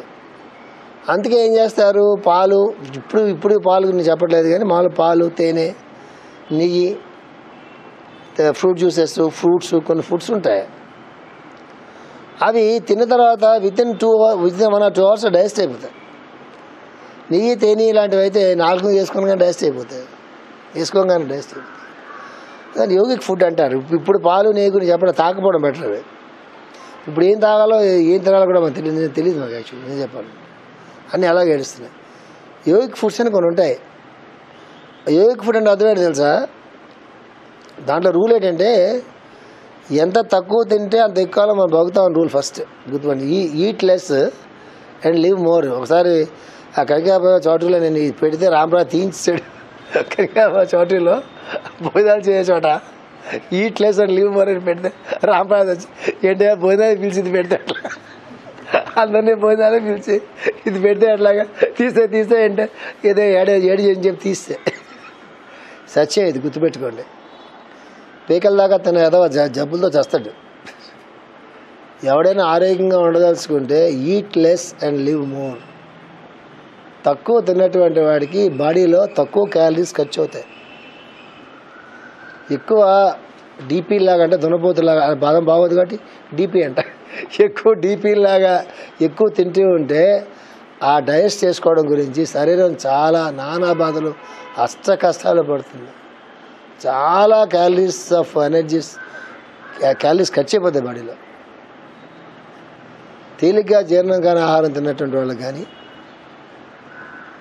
ఎక్కువ క్వాంటిటీ ఆఫ్ ఫుడ్ ఎక్కువ తిన్నటువంటి వాళ్ళకి కానీ, మాఘమాసంలో వైశాఖ ఎప్పుడు వస్తుందా కార్డులు రాలేదే, ఏవి పెళ్లి కార్డులు. పెళ్లి కాదు, ఇప్పుడు చావుకు కూడా వెళ్ళిపోతుంది. పూర్వం ఎవరిని చనిపోతే పిలిస్తే వెళ్ళి పాలించి వచ్చి అలాగేదో ఈ ఊరిలో స్వీట్లు ఇస్తారు. కొత్తగా నాకు తెలియదు ఆపత్తి ఈ ఊరిలో స్వీట్ కూడా పట్టుకెళ్ళిస్తారు ఇంకొంచెం పొట్ట పెరగడానికి. అసలు వాళ్ళు బాధల్లో ఉన్నారు. వాడికి రకరకాలు ఉంటాయి. ఈ పూర్వం వెళ్ళేవాళ్ళు కాదు అసలు. ఎవరన్నా బాగా దగ్గర బంధువులు ఎవరన్నా ఉంటే వెళ్ళకపోతే బాగోదని చెప్పేసి వెళ్ళేవాళ్ళు ఎవరైనా చనిపోతే. దానికి ఒక సైన్స్ ఉంది. ఒకవేళ దగ్గర వాళ్ళు కాదనుకోండి, వెళ్ళి పలకరించేమో మంచి కష్టకాలు చెప్పి నీకే పర్లేదమ్మా వీళ్ళందరూ బాగుంటారు ఏదో మంచి మాటలు చెప్పి వచ్చేసి వాళ్ళు భోజనం అవాయిడ్ చేసేవాళ్ళు. ఈ మధ్య కొత్తగా వీళ్ళు వాళ్ళేం లేదు అసలు. ఎవరైనా పిలితే చాలా అసలు ఈ భోజనం లేదు ఆ భోజనం లేదు ఏమేమి వెళ్ళిపోతారు. దీనివల్ల ఏమవుతుందంటే గ్రాడ్యువల్గా ఆరోగ్యం పడిపోతుంది. చాలా ఆరోగ్యం పడిపోతుంది. అందుకే రూల్ గుర్తుపెట్టుకోండి, ఎవరైనా ఆరోగ్యంగా ఉండదలుచుకుంటే eat less and live more. తక్కువ తినాలి. తక్కువ తింటే బాడీ కోసం ఎనర్జీ ఎలా వస్తుంది అని మీకు డౌట్. అందుకే మాస్టర్ థియరీ ఏంటి తెలుసా? Take more qualitative food, not quantitative food. Quality అంటే అర్థం ఏంటి? మీరు అనుకుంటారు బాదం పప్పులు మా డబ్బులు సరిపోవండి. బాదం పప్పులు ఎవరు చెప్పాడు? నేను రోజుకి యాపిల్ తింటే అని అమెరికా వాడు చెప్తాడు. అది ఎవరు ఫాలో అవ్వమండి? నేను రోజు జాంకాయ తిను. జాంకాయ రోజు చాలామంది కాంపౌండ్లు జాంకాయ వెళ్తారు. జాంకాయ యాపిల్ కన్నా బెటరు. అది ఒకటి నేను గుర్తు చేసుకోమన్నాడు. ఏడుపు మొహం కాకపోతే ఏడు మొఖాలకి ఎవడు సమాజం ప్రజలు చెప్పండి. ఏడు మొఖం ఎప్పుడు కంపారిజన్ చేస్తుంది. వాళ్ళకి అది ఉంది, వీళ్ళకి ఇది ఉంది, అది ఉంది. యాపిల్ పళ్ళు తింటున్నారు. నాకు యాపిల్ పండు లేదండి, నాకు ఆరోగ్యం ఎలా ఉంది? యాపిల్ పండు లేకపోతే జాంకాయ ఉందిగా రోడ్డు మీద, పుచ్చకాయ ఉందిగా, అదేదో ఉందిగా, బొప్పాయి పండ్లు ఉన్నాగా, చాలా ఏంటి అవన్నీ. అంటే క్వాలిటేటివ్ ఫుడ్ అంటే అర్థం ఏంటి తెలుసా? బాగా జీర్ణమయ్యేవి, తేలిగ్గా జీర్ణమయ్యేవి, డైరెక్ట్గా ప్రాణ శరీరంగా మారిపోయేవి, అవి క్వాలిటేటివ్ ఫుడ్ అంటే. తేనె ఉందనుకోండి, చచ్చిపోయాడు కొన్ని నాలుగు మీద వేస్తే ఆడు అరగంట బతుకుతాడు. ఎందుకు? డైరెక్ట్గా నాలుగు మీద నుంచే అది మళ్ళీ బ్లడ్లోకి వెళ్ళి పొట్టలోకి వెళ్ళి అదంతా డైజెస్ట్ అయ్యి మళ్ళీ వెనక్కి వచ్చి వాళ్ళ కిందకు వచ్చి ఇదంతా ఉండదు. డైరెక్ట్గా ఏమైపోతుంది? ఎనర్జీగా మారిపోతుంది. నెయ్యి ఉంటుంది, మంచి నెయ్యి ఉంటుంది, అవి కలప నెయ్యి ఉంటుంది. అది నాలుగు మీద వేసుకోగానే ఇమ్మీడియట్గా అది బ్రెయిన్ దగ్గర నుంచి మొత్తం బాడీ అంతా డిస్ట్రిబ్యూట్ అయిపోతుంది. మంచి ఫ్రూట్ జ్యూస్ ఉంటాయి, ఇలాంటి కొన్ని ఫుడ్స్ ఉంటాయి. అది క్వాలిటీ, అది పెద్ద కాస్ట్లీగా ఉంటాయి అనుకోవడానికి లేదు. ఇప్పుడు ఆకుకూరలు తినమని చెప్పలేము. ఇప్పుడు ఆకుకూరలు తినకపోవడం చాలా మంచిది. ఆకుకూరలు తింటే చాలా చాలా దరిద్రం అంతా ఉంటుంది. అది తినాలంటే ఒక అరగంట సేపు నీళ్ళలో మరగబెట్టి దాంట్లో ఉప్పేసి నీళ్ళలో ఆకుకూరలన్నీ ముందు కడిగి అరగంట సేపు కడిగి వాటిని కడిగిన వాటిని అరగంట సేపు నీళ్ళలో మరగబెట్టి అదంతా పోయింది. అప్పుడు తింటే ఏమైనా బతికుంటే అదృష్టం ఉంటే బతుకుతారు. ఇప్పుడు ఆకుకూరలు భరిస్తుంది. ఆకుకూరలు ఒకటి అవి కొన్ని ఉంటాయి, చాలా ఈజీగా టేస్ట్ అయిపోతాయి. అది క్వాలిటేటివ్ ఫుడ్ అంటే. పాలు ఒకటి, మంచి గోధుమలు ఒకటి, కొన్ని ఉంటాయి. యాక్చువల్గా మాస్టర్ స్పెషల్ అస్ట్రాలజీలో స్పెషల్ సైకాలజీలో అనుకుంటా సిలబస్ ఉంటుంది. సబ్బులు కూడా ఏ సబ్బులు పెడితే సబ్బులు వాడరు వాళ్ళు. సబ్బులు వాడరు అసలు. మొట్టమొదట వాడినా కూడా 2-3 రకాలు 2-3 సబ్బులు ఉంటాయి. ఇవన్నీ ఫాలో అవ్వకండి, ఖర్చులు ఎక్కువైపోతాయి. నేనైతే ఫాలో అవుతాను. వేరే ఖర్చులు ఏమి ఉండవు కదా. నా డబ్బులన్నీ ఖర్చు పెడితే నా ఫ్లైట్ టికెట్లకు అవుతాయి, లేకపోతేనేమో దేనికి అవుతాయి. నా బట్టలకి, ఇంట్లో బూర్లకి. పండగ వస్తే చాలు అన్ని పడితే మా ఇంట్లో పెడతారు. దరిద్రం ముద్దు మొర్రు అంటే మా ఇంట్లో పెడతారు. బూర్లు గారెలు ఎన్నపడే పెడతారండి. ఎవరు తింటాడు అవన్నీ? అవన్నీ మా బాలోజీకి ఇస్తా. అది ఇప్పుడు ఈ మధ్య బాగైంది. ఏం చేయాలన్నీ వద్దు మొర్రు అంటే పడుకుని పెడతారు. ఎవరు తింటాడు? Eat less and live more అంటే మీరు అనుకుంటే మీకు మళ్ళీ నేను కూడా చెప్తా ఉంటారు. మీరు ప్రాబ్లం ఏంటంటే మనం తింటాం కదా బాగా, ఆయన కూడా అది బాగా తింటారు చెప్పరు కానీ అనుకుంటారు. అది దరిద్రపు లక్షణం. అది ఎందుకు పట్టుకొస్తారో తెలియదు. నేను చాలా సిన్సియర్గా ఫాలో అవుతాను. అది eat less and live more. Live more గురించి కాదు, ఈట్ లెస్. అది ఆరోగ్యానికి మంచిది. ఏంది దిక్కు మళ్ళీ ఏం తింటావు రోజు? ఆ డీపీకి మళ్ళీ అదే తిండి కదా. శరీరానికి, ఆరోగ్యానికి, శరీరానికి బలానికి, శక్తికి, చేసుకునే పనులకి కావాల్సినటువంటి ఫుడ్ తినాలా. ఏంటి మనం చేసే పెద్ద కాయ కష్టం బరువులు ఎత్తున్నామని ఏమన్నా? అంత ఇంటలెక్చువల్ వర్కే కదా. ఇంటలెక్చువల్ వర్క్ అంత ఫిజికల్ ఫుడ్ కావాలా? అక్కర్లేదు దానికి. నీ కక్కుర్తి అదో కక్కుర్తి పెట్టి దాన్ని తీరి చెప్తాం. అట్లాంటివి కొన్ని మనం ఫాలో చేయాలి. నీత కర్మ లేక యజ్ఞాత కర్మ అనే పేరు సత్కర్మాచరణమే జరుగుతుండను కనుక ఫలితములలో కూడా సత్ఫలితములే అయాచితములుగా స్థితించుచుండును. సంగీత నాట్యాది కళలను ధనము కోరి అభ్యసించే వారికి ఆ కళల వల్ల కోరబడినదై ధనము సిద్ధించును. ఆకర్షణ కోరిన వానికి ఆ లలిత కళ్ళే స్త్రీదోష మద్యపానాది వ్యసనంలోకి దోహదములగును. ఇది మేషగారు ఎవరినో ఒక ఆయన దృష్టిలో పెట్టి రాశారు. ఆయన చచ్చిపోయాడు పాపం. అది అలా వదిలేసాడు. మరి ఆయన గురించి మన చచ్చిపోయిన వాళ్ళ గురించి మనం చెప్పుకోకూడదు అంటారుగా. అదే అట్టి వానికి తన గాన మాధుర్యంపై తన దృష్టి ప్రసరించుండును. అట్లుగాక త్యాగరాజు వలె అంటే ఏంటి? అట్టి వానికి తన గాన మాధుర్యంపై తన దృష్టి ప్రసరించుండు అంటే అర్థమేంటి తెలుసా? సంగీతం నేర్చుకుంటున్న కొత్త రోజుల్లో చిన్నపిల్లలు చాలా భావయుక్తంగా పాడతారు. వాళ్ళు పాడుతుంటే మనకి చాలా ఆనందంగా ఉంటుంది, హాయిగా ఉంటుంది. వాళ్ళకు ముదురుతారు. ఎక్కడైనా ముదిరితే కష్టమే. స్పీచ్ ఆర్గనైజేషన్ అండి, యోగా అండి, ఎక్కడైనానండి, సర్వీస్ లాంటి ముదురుతారు కొంతకాలం పోయిన తర్వాత. ముదరకుండా నాకు తెలిసి ఎవరు ఉంటారు, నాకు తెలుసు. మొట్టమొదటి ఎలా ఉన్నాడో చివరిదాకా అలా ఉంటాం అనేటటువంటిది ఒక భగవంతుడి సామ్రాజ్యంలోనే కుదురుతుంది. అది అందుకే జీసస్ భగవంతుడి సామ్రాజ్యం చిన్నపిల్లలకి బాగా దగ్గరగా ఉంటుందంటాడు. మనం ముదురుతాం. తొండ ముల్లి ఊసరవేలు అయిందంటారు చూసారా, ఊసరవేలు రంగులు మారుస్తూ ఉంటుంది. ఆ ఇన్నోసెన్సీ పోతుంది. ఇన్నోసెన్సీ పోయించాడు గురువు ఉండడు, ఇన్నోసెన్సీ పోయించాడు భగవంతుడు అసలు ఉండడు, దేవతలు అసలు ఉంటాడు. ఇన్నోసెన్సీ అంటే చైల్డిష్నెస్ కాదు. మనం చైల్డిష్గా ఇన్నోసెంట్ నాకే తెలియదండి, పెద్దానికి నాకే తెలియదు, ఇప్పుడే దొంగ వెదవదు కంపు కొడుతుంటాయి మాటలు మాడుతుండే, నాకేం తెలియదు, నాకేం తెలుసు, నాకేం తెలుసు అంత ఇప్పుడే అంత అబద్ధం. మాస్టర్ గారు చెప్తారు చైల్డ్ లైక్, చైల్డిష్గా ఉండే ఇన్నోసెన్స్ అనిపించుకోవద్దు.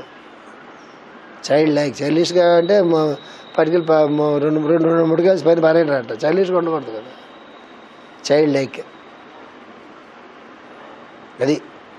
అందువల్ల ఆ చైల్డ్ లైక్ నేచర్ ఉన్నట్టు చిన్నపిల్లలు కూడా ఇప్పుడు 5వ క్లాస్ పిల్లలు కూడా చైల్డ్ లైక్. 5వ క్లాస్ పిల్లలు యూకేజీ ఎల్కేజీ పిల్లలు ఉంటారు, పెద్ద అబద్ధాలు చెప్తుంటారు. ఇంటికి వెళ్ళి టీచర్ కొట్టిందంటారు, కొట్టకుంటారే ఆ టీచర్ నన్ను గల్లె పెట్టి తాళం పెట్టిందంటారు. వాళ్ళ పేరెంట్స్ వస్తారు, మా అబ్బాయిని తాళం కొంటాను పెట్టాక మీ అబ్బాయి గురించి తాళం కూడా కొంటావా, ఈ బుద్ధి బాత్రూంలో పెట్టి తాళం వేసిందంట. ఇంటికి చెప్తే చెప్తారు బాత్రూంలో పెట్టి తాళం వేస్తారు. ఇంట్లో అలా భయపడతారు పిల్లల్ని, ఇంటికి చెప్తారు. అంత దొంగవాదులు ఎల్కేజీ యూకేజీ పిల్లల నుంచి దొంగవాదులు చైల్డ్ లైక్ లేరు ఇప్పుడు పిల్లలు లేరు, అంత అడల్ట్సే. కానీ గుర్తుపెట్టుకోండి, సంగీతం చిన్నపిల్లడు పాడుతున్నప్పుడు చాలా ఆనందంగా ఉండి ఒక్కసారి పాడతాం అనిపిస్తుంది. ఆడు పెద్ద అవుతాడు, పెద్ద సీత అని సీత ఆ చేత సీత రో అని రాజు చూసుకుంటే తిప్పుతుంటాడు అనమాట. అది చెప్తారు మాస్టర్ గారు. అంటే ఒరే నువ్వు చిన్నవాడు బాగానే పాడేవాడు కదా, ఏమొచ్చినట్టే గమకాలంటే గమకాలు రాముని ఇరిపెత్తాడు, సీతని ఇరిపెత్తాడు.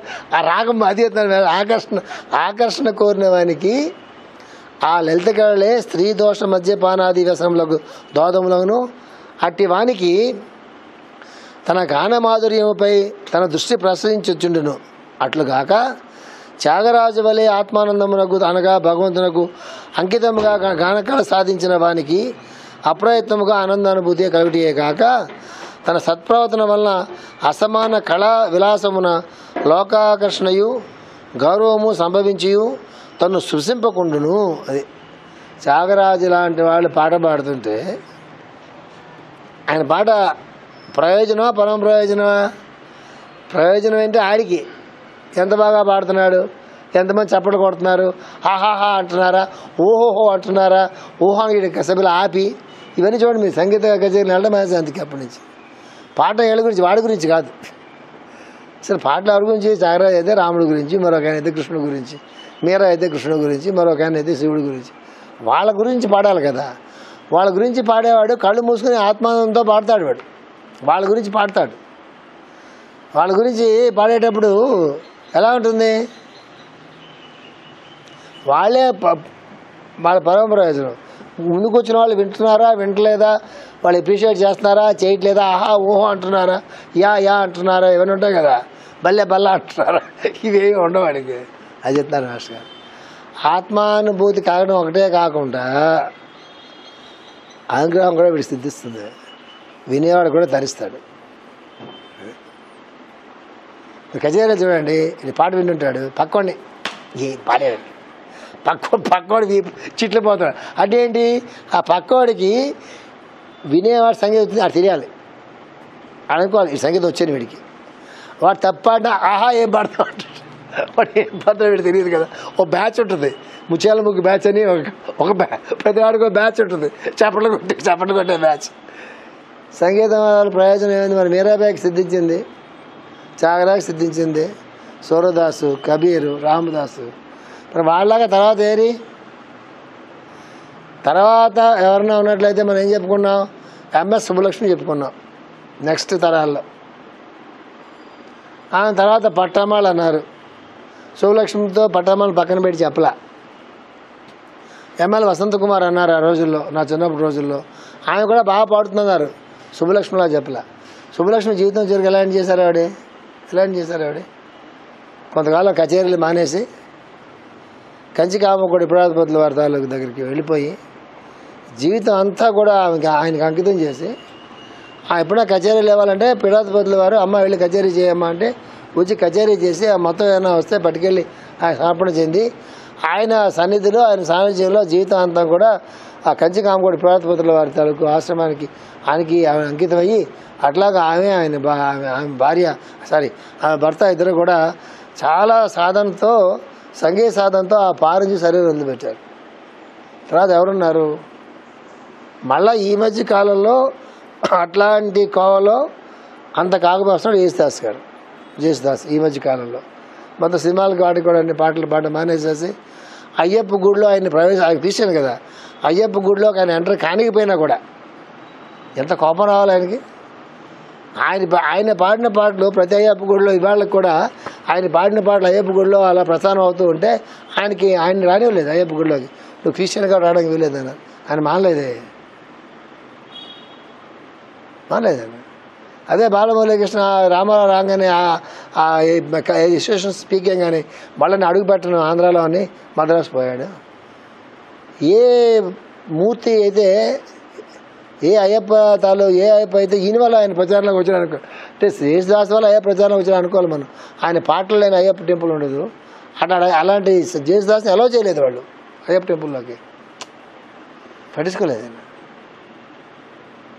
తర్వాత సినిమాలో ఆయన పాట మానేశారు. ఇప్పుడు ఎక్కడైనా కచేరీలు చేస్తే అది కేవలం చారాజు గీతంలో అయ్యప్ప మాత్రం పాడతారు. వాళ్ళు కదా ఎగ్జాంపుల్స్ మనకి, వాళ్ళు కదా ఎగ్జాంపుల్స్ మనకి. తర్వాత ఎవరు చెప్తారు? మీరు బాగా పాడతారండి, అద్భుతంగా పాడతారండి, సభారజకంగా ఉంటుందండి, మనోరజకంగా ఉంటుందండి, అవన్నీ చెప్పవచ్చు. కానీ మళ్ళీ ఆ కోవలో చెప్పడానికి ఎప్పుడైనా పని చేస్తే అట్లా చేయాలి. ఏ పనైనా సరే, చివరికి వంట అయినా సరే. అంటే కొంతమంది ఇళ్ళలో భోజనం చేస్తే చాలా హాయిగా ఉంటుంది. నేను చాలామంది ఇళ్ళలో నేను భోజనం చేయను, ఎందుకంటే అది పోతుంది. నాకు ఏది పోతుంది? ఎవరింట్లో నాకు భోజనం చేస్తే చాలా ఆనందంగా హాయిగా, అంటే ఆ మొత్తం ఫుడ్ అంతా హైజీనిక్గా ఉండడం కాదు, ఆ మొత్తం ఫుడ్ ఒక రకమైనటువంటి పవిత్రత కనిపిస్తుంది. ఎట్లా వస్తుంది మనం చెప్పలేము. ఎందుకు వస్తుంది చెప్పలేము. చాలామంది ఇళ్ళలో భోజనం చేయడం కారణం అదే. ఎలా వస్తుంది ఆ ఫుడ్లోకి ఆ లక్షణం ఎలా వస్తుందో మనం చెప్పలేము అసలు. కొన్ని లక్షల మందిలో ఒక 10 మందికి ఉంటుంది ఆ లక్షణం ఆ ఫుడ్ వంటలో. మరి వాళ్ళ మైండ్ సెట్లో ఏముంటుందో, వాళ్ళు అలా పుట్టడం ఎలా పుట్టారో, వాళ్ళ చేతిలో ఎలా ఉంటుందో తెలియదు మనకి. ఎందుకు మీకు సరదాగా ఒక ఎగ్జాంపుల్ చెప్తాను.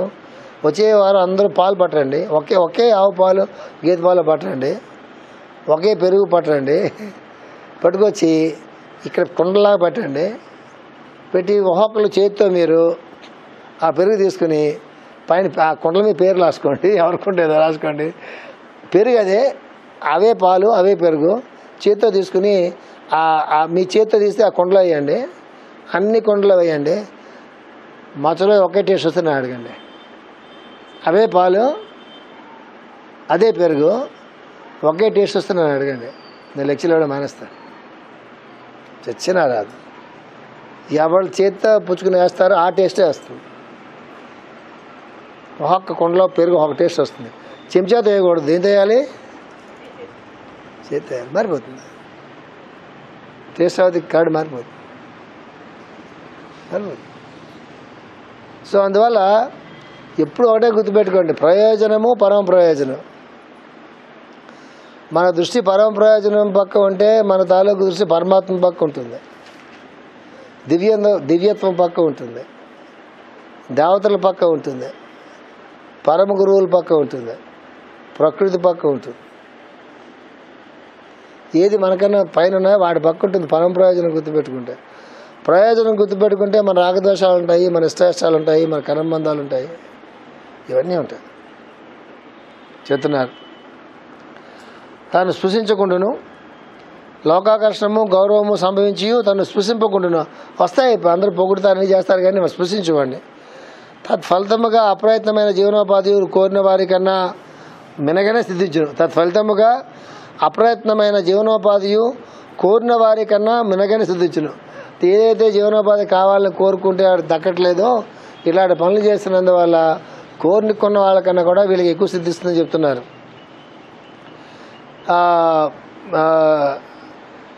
ఏదో ముఖ్య విషయము సంభాషించున్న వారికి మాస్టర్ మంచి ఎగ్జాంపుల్ చెప్పారు చూడండి. ఏదో ముఖ్య విషయము సంభాషించున్న వారికి కళ్ళు తెరిచి ఉన్నను కంటి ఎదుట ఉన్న గోడలు చిత్రపటములు మున్నగినవి కనిపించడం ఎట్లు సంభవింపదో అట్లే ఆత్మ విషయమున అనుభూతిలో ఉన్నవానికి మిగిలినవి గోచరింపవు. అది మంచి ఎగ్జాంపుల్ చెప్పారు. ఒక మంచి విషయం మాట్లాడుకుంటున్నప్పుడు లేకపోతే చాలా సీరియస్ విషయం డిస్కస్ చేస్తున్నప్పుడు ఇట్లా ఎదుర్కొంటూనే ఉంటాయి, వాళ్ళు ఎదుర్కొంటూ ఉంటారు. ఇలా ఎంతోమంది అలా తిరుగుతూ ఉంటారు. తిరుగుతున్నా కూడా వాళ్ళు మన కంటికి కనిపించినప్పుడు తెలుస్తుంది. సార్ ఇంత నేను మీరు బాగా మాట్లాడుకుంటున్నారు సార్, అలా వెళ్ళేది సార్, ఇప్పుడే నేను చూడలేదే నిన్ను అంటాం మనం. అదేంటి సార్ మీరు ఎదుర్కొంటే చాలాసేపు కూర్చున్నాను సార్ అంటే కానీ చూడలేదయ్యా కనిపించలేదా అంటాం. అలాంటి ఎగ్జాంపుల్స్ మీ జీవితంలో ఎప్పుడైనా ఉంటే అవి గొప్ప ఎగ్జాంపుల్స్. అది కూడా మంచి విషయాలు అప్పుడు చెప్తున్నారు మాస్టర్. అట్లా ఆత్మ విషయమున అనుభూతిలో ఉన్న వారికి మిగిలినవి గోచరింపు. పుత్రికకు పెళ్లి సంబంధం కుదిరిన సంతోష సంభాషణలో నిమ్మగడే వాడు పంచభక్ష పరమాన్నములు భుజించున్నాడు.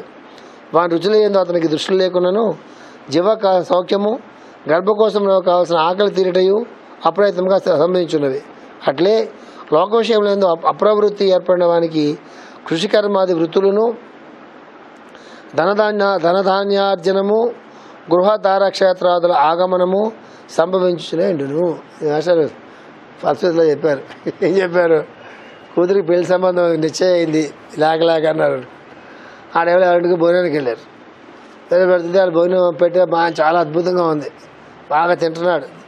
కానీ మంచి అబ్బాయి దొరికాడండి, ఎంతకాలం చూస్తున్నాం ఇట్లా చెప్తూ ఉంటారు.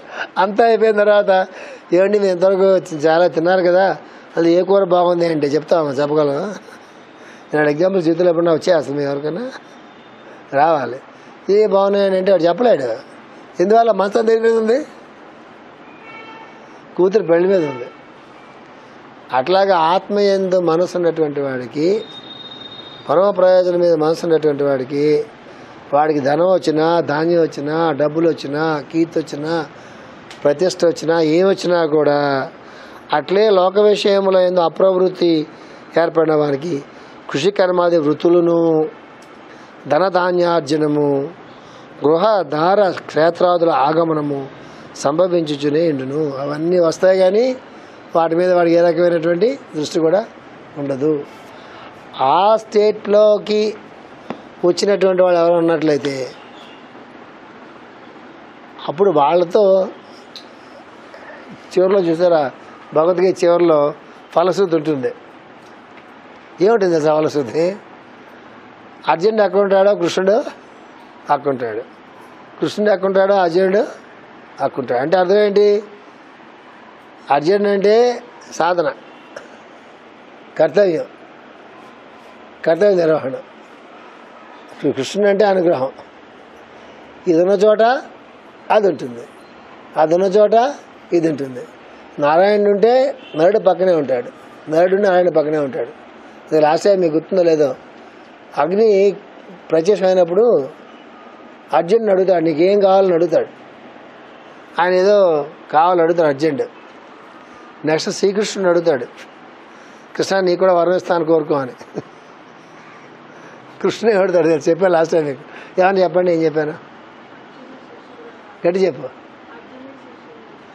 అది నువ్వు సొంతగా నీ పెత్తనంతో నువ్వు మార్చుకున్నావు.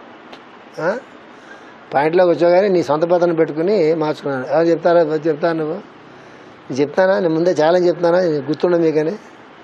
ఎంత గుర్తుండే గుర్తున్న ఒక బ్యాక్గ్రౌండ్ కావాలి. చాలా మాట చెప్తాను, అది ఖచ్చితంగా మీకు గుర్తుండ సమాజం చెప్తుంటాను నేను. అది గుర్తు పెట్టుకోవడానికి ఒక బ్యాక్గ్రౌండ్ కావాలి. ఇన్ని సంవత్సరాలు ఆ బ్యాక్గ్రౌండ్ డెవలప్ కాలేదంటే చాలా కష్టం. అది అర్జునుడు కృష్ణుడిని అడుగుతాడు, కృష్ణుడు అడుగుతాడు అగ్ని నీకు ఏ వరం కావాలో కోరుకొని అడుగుతాడు. కృష్ణుడు ఏ వరం అడుగుతాడు తెలుసా? అర్జునుడు నాకు ప్రియమిత్రుడిగా ఉండాలి, పోయి కొలిది కూడా అర్జునుడి పట్ల నా ప్రేమ పెరుగుతుండాల్సిన అని అనుకోడు. అది వరడు. ఏది అర్జెంట్ అడగాలి. అర్జెంట్ ఏం అడగాలి?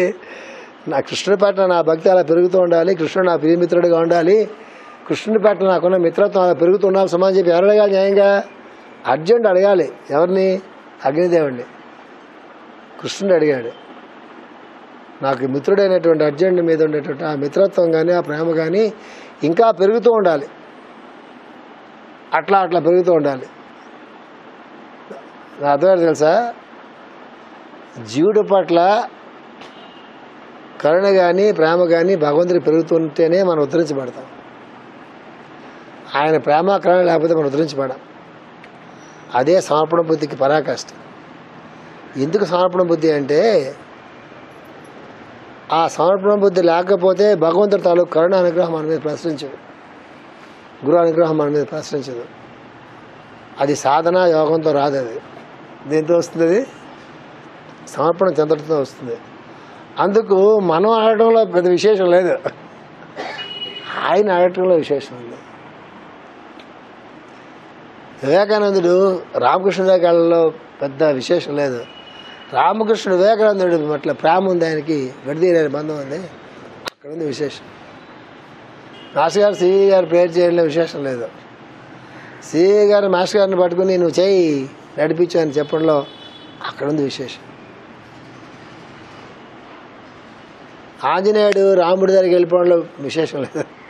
రాముడు ఆంజనేయుడిని పిలిచి నువ్వే వెళ్ళి సీత దగ్గరికి వెళ్ళి నువ్వే వెళ్ళి అందరూ ఉంటుండగా ఆ చుడామణి ఇచ్చి ఆంజనేయుడికి ఇచ్చి నువ్వు వెళ్ళని చెప్పించాడే, అక్కడ ఉంది విశేషం.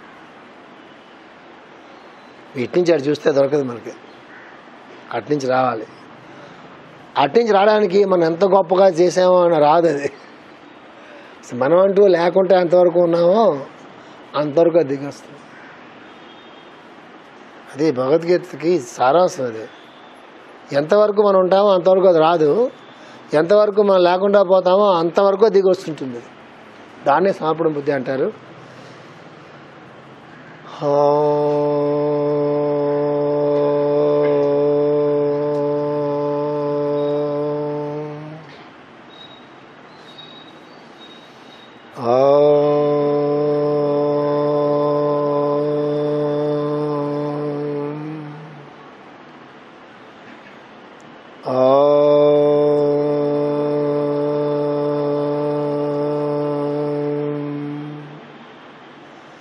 गुरुर्ब्रह्मा गुरुर्विष्णु गुरुर्देवो महेश्वरः गुरु साक्षात् परब्रह्मा तस्मै श्री गुरवे नमः.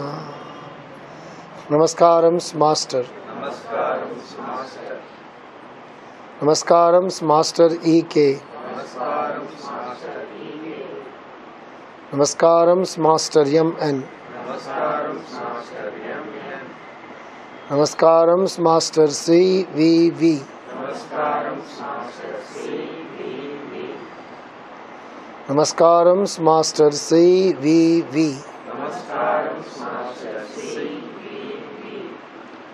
नमस्कारं master C.V.V. to your lotus feet.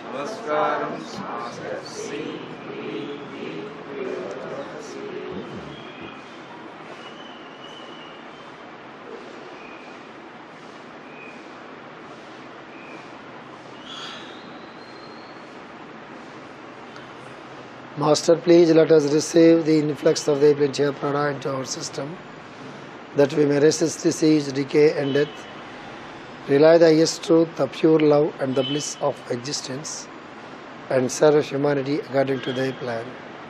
Master's own adjustments.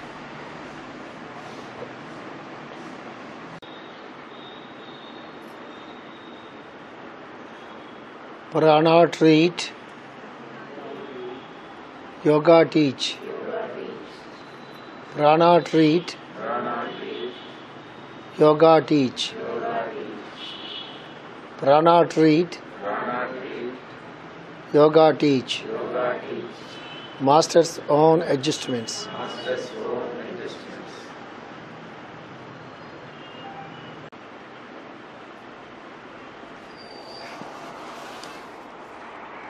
లోకా సమస్తా సుఖినో భవంతు. లోకా సమస్తా సుఖినో భవంతు. లోకా సమస్తా సుఖినో భవంతు. ఓం శాంతి శాంతి శాంతి. ఏకిరాలకులాంబోధి విదుమానందరూపిణం అనంతార్యతనోజాతం కృష్ణం వందే జగద్గురుం శ్రీకృష్ణమాచార్యమనంతపుత్రం తత్సాధుమిత్రం కరుణాద్రనేత్రం గురుం గురుణాం పితరం పితॄణాం అనన్యశేష శరణం ప్రపజ్యే. అనన్యశేష శరణం ప్రపజ్యే. అనన్యశేష శరణం ప్రపజ్యే.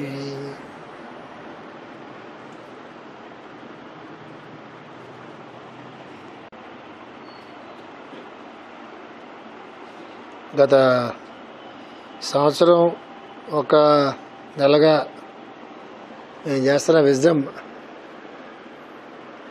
ఈవేళతో పూర్తి అయిపోయింది. లాస్ట్ శ్లోకం ఇప్పుడే పంపిస్తాను మీ ఎదురుకుంటానే.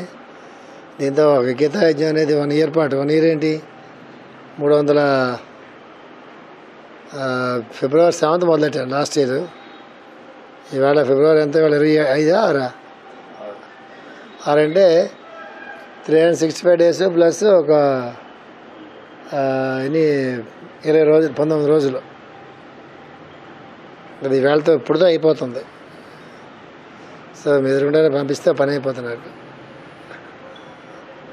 లైఫ్లో ఒక పెద్ద అచీవ్మెంట్ లాంటిది. ఏదైనా ఒక కార్యక్రమం పెట్టి నిర్విఘ్నంగా మనం పూర్తి చేసామంటే ఒక సంవత్సరం పాటు, 13 నెలల పాటు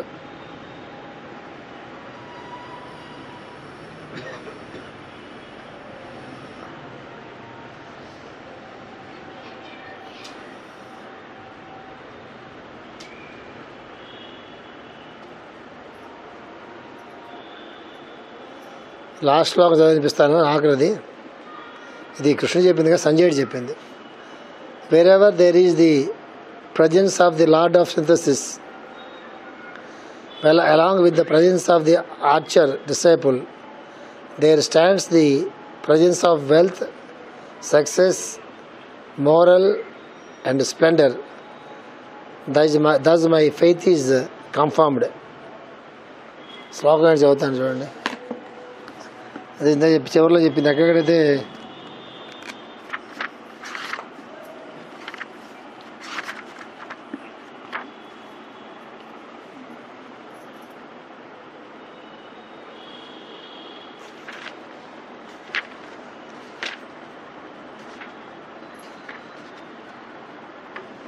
ఎత్ర యోగేశ్వర కృష్ణో, అంటే యోగేశ్వరుడు కృష్ణుడు ఎక్కడైతే ఉంటాడో, ఎత్ర పార్థో ధనుర్ధర, పార్థుడు అక్కడ, పార్థుడు అక్కడ, ధనుర్ధర అంటే ధనుసు ధరించి ఉంటాడు అని. తత్ర శ్రీ విజయో భూతిర్ ధ్రువ నీతిర్ మతిర్మమ, అక్కడ విజయము, భూతి, ధ్రువ, నీతి, మతి, మమ ఇవన్నీ అక్కడ ఉంటాయని చెప్తున్నారు. ఎక్కడెక్కడైతే శ్రీకృష్ణుడు ఉన్నాడు అక్కడంతా కూడా ఎత్ర యోగేశ్వర కృష్ణం. అది అంటే ఏ కృష్ణుడు, రాష్ట్రీయంలో కృష్ణుడు కాదు. ఎత్ర యోగేశ్వర కృష్ణ అంటే ఎత్ర యోగేశ్వర కృష్ణ, యోగేశ్వరుడైన కృష్ణుడు ఎక్కడ ఉంటాడో, ఎత్ర పార్థో ధనుర్ధర అంటే ధనుసు ధరించినటువంటి పార్థుడు అక్కడ ఉంటాడు. ఆయన చాలా పేర్లు ఉన్నాయి కదా. అక్కడే విజయం ఉంటుంది, అక్కడే సంపద ఉంటుంది, మొత్తం ఉంటాయని చెప్పారు మాస్టర్ గారు. చిట్ట చివరిలో ఆ శ్లోకాలకు ఏం చెప్పి చదువుకుని ఒక జీవితంలో ఒక మంచి కార్యక్రమం పూర్తి చేస్తాం. కాబట్టి మాస్టర్ లాస్ట్ శంకరావంతారు చిట్ట చివరి 78వ శ్లోకానికి తాత్పర్యం. యోగమునకు ఈశ్వరుడు కృష్ణుడు, యోగమునకు ఈశ్వరుడు కృష్ణుడు, ధనుర్ధారియగు అర్జునుడు ఉన్న చోట సంపద, విజయము, వైభవము, నీతి ధ్రువముగా నుండినని నా నిశ్చయము. ఇది సంజయుడు చెప్తున్నాడు. నా అదృష్టం కొలది నా దివ్య దృష్టితో అర్జునుడికి శ్రీకృష్ణుడు ఈ గీతోపదేశం చేస్తూ ఉంటుండగా నేను నా దివ్యదృష్టి చూడగలిగాను, అది నా అదృష్టం అది అని చెప్తున్నా ఫలశ్రుతి ఇదన్నమాట. యోగమునకు ఈశ్వరుడు కృష్ణుడు, ధనుర్ధార్యకు అర్జునుడు ఉన్న చోట సంపద, విజయము, వైభవము, నీతి ధ్రువముగా అంటే స్థిరముగా ఉండనని నా నిశ్చయము. మాస్టర్ ఎక్స్ప్లెనేషన్ ఇస్తున్నారు. ధనుర్ధరుడైన పాదుడు అనగా విషాదము తొలగి గురువు ఆదేశమును నిర్వహించుటకు సిద్ధముగా ఉన్న కార్యశూరుడిని అర్థము. అది ధనుర్ధరుడానికి మాస్టర్ ఎగ్జాంపుల్ చెప్పారు, అర్థం చెప్పారు. విషాదము తొలగి గురువు ఆదేశమును నిర్వహించుటకు సిద్ధముగానున్న కార్యశూరుడిని అర్థము. అట్టి యోగస్థితిలో వానిని నిలిపించువాడు యోగమునకు ఈశ్వరుడైన కృష్ణుడు. యోగస్థితిలో ఎవరు నిలిపిస్తా అంటే శిష్యుడిని గురువు నిలిపించాలి. ఆయన ఎవరు అంటే అట్టి యోగస్థితిలో వారిని నిలిపించేవాడు యోగమునకు ఈశ్వరుడైన కృష్ణుడు. వీరిరువులను ఒక్క చోట ఉన్నచో అక్కడ సంపద ఇండును. సంపద అనగా ధనాదులే కాదు, సద్గుణముల సంపద అని అర్థము. ఈ సంపద అనుభవింపగలుగుట వైభవము. యుద్ధరంగమున విజయము కూడా అక్కడనే ఇండును. తన స్వభావముపై, యుద్ధరంగం అంటే చెప్తున్నారు మాస్టర్ గారు, తన స్వభావముపై తాను విజయము సాధించడం కూడా అందే ఇండును. యుద్ధంలో అంటే కౌరవుల్ని చంపడం, కురుక్షేత్రం గురించి ఆది ఒకటి చెప్తుంది మాస్టర్. ఏం చెప్తున్నారంటే తన స్వభావంపై తాను విజయం సాధించడం కూడా అందే ఇండును. మానవ ప్రజ్ఞ అహంకారముగా నుండక, అహంకారం అంటే తెలుసా మీకు? అహంకారం అంటే ఈగో అని కాదు. మామూలుగా అహంకారం అంటే ఈగో, అహంకారం అంటే ఈగో అని కాదు, నేను అనే భావన. అది ఈ నేను ఆ నేను కాదు, అసలు అయాం అంటామే, ఆ నేను కాదు. అహంకారం అంటే అహం కారము, అహం అంటే నేను అనే భావన, అది అహంకారం అంటే మామూలుగా మనం పొడి తిమ్మిరెక్కిందండి ఈగో ఎక్కువ, అది కాదు అహంకారం. అహంకారం అంటే నేను అనే భావన మనకి ఎక్కువగా ఉంటమే అహంకారం, అది అనమాట. అనుభవం గల వైపు యుద్ధరంగమున విజయము కూడా అక్కడనే ఇండును. తన స్వభావంపై తాను విజయం సాధించుట కూడా అందే ఇండును. మానవ ప్రజ్ఞ అహంకారముగా నుండక నరుడైన జీవప్రజ్ఞగా నుండి, అది మానవ ప్రజ్ఞ అహంకారముగా ఉండక నరుడు అని జీవప్రజ్ఞగా నుండి తన ఎందలి నారాయణ దివ్య ప్రజ్ఞకు విధేయమై ఉండవలెను. అది సమర్పణం అంటే. అంటే మన జీవప్రజ్ఞ ఏదైతే ఉందో అది అహంకారంగా, నేను అంటే అర్థం ఏంటి? నేను పలానా దేశం వాడిని, నేను పలానా కులం వాడిని, నాకు డబ్బులు ఉన్నాయి, నాకు అందం ఉంది, నాకు అది ఉంది, నాకు ఇది ఉంది, నాకు పదవి ఉంది, నాకు ఎంత అహం అన్నమాట, నేను అనే భావన. అది కాకుండా మానవ ప్రజ్ఞ అహంకారముగా ఉండక, ఐంటి అంటాం కదా మనం, ఐంటి అనేది మనకు ఐంటి అనేది ఐంటి కుదరదు ఉండక నరుడను జీవప్రజ్ఞగా నుండి నరుడిలాగా ఉండాలి. జీవప్రజ్ఞగా ఉండి తన ఎంతలో నారాయణ దివ్య ప్రజ్ఞకు విధేయమై ఉండవలేను. తన జీవుడు నరుడిగా ఉండి తనలో నారాయణ అనే దైవ ప్రజ్ఞ ఏదైతే ఉందో దానికి విధేయంగా ఉండాలి. తన వెన్నెముకయే, చూడండి మాస్టర్ ఎంత చెప్తున్నారు, తన వెన్నెముకయే గాంధీవమను ధనుస్సు, అది నరుని ఆయుధమగును. తన వెన్నెముకయే గాంధీవమగును ధనస్సు, అది నరుని ఆయుధముగా ఉండవలెను.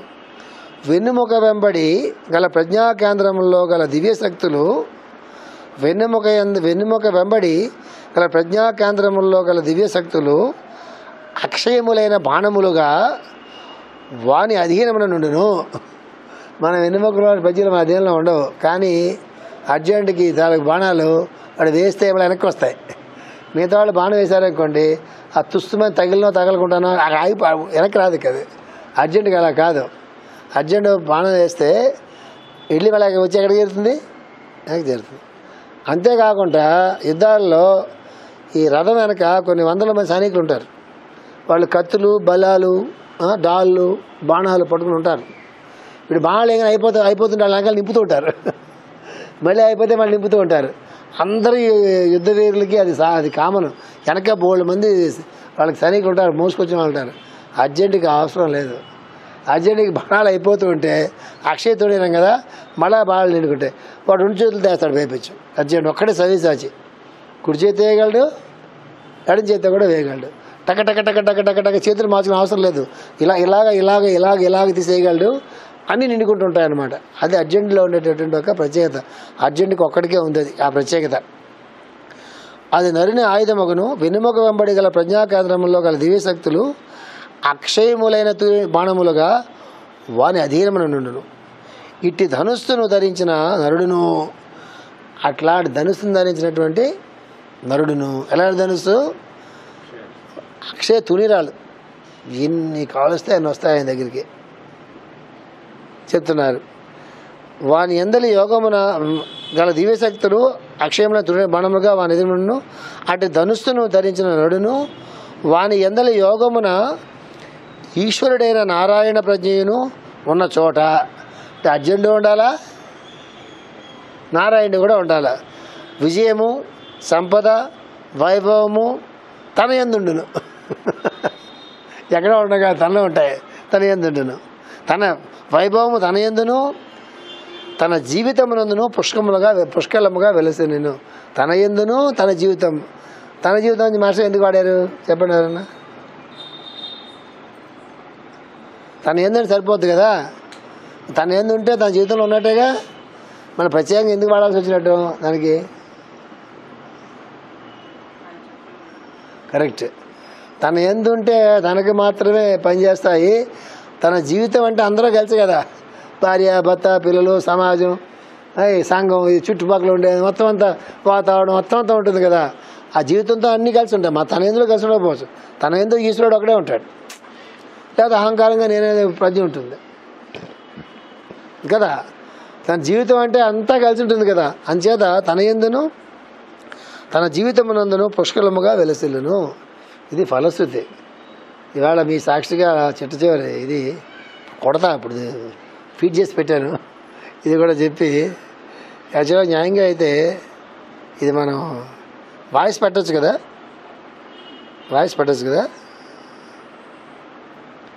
ఇది వాయిస్ పెడితే పోతాం ఒకట.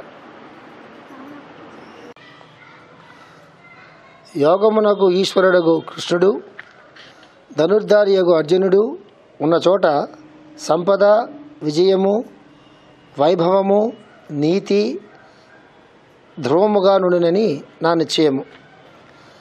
ధనుర్ధుడైన పాదుడనగా విషాదము తొలగి గురువు ఆదేశమును నిర్వహించుటకు సిద్ధముగా ఉన్న కార్యశూరుడని అర్థము. అట్టి యోగస్థితిలో వానిని నిలిపియుంచువాడు యోగమునకు ఈశ్వరుడైన శ్రీకృష్ణుడు. వీరిరువురును ఒక చోట ఉన్నచో అక్కడ సంపద ఇండును. సంపద అనగా ధనాదులే కాదు, సద్గుణముల సంపద అని అర్థము. ఈ సంపద అనుభవింపగలుగుట వైభవము.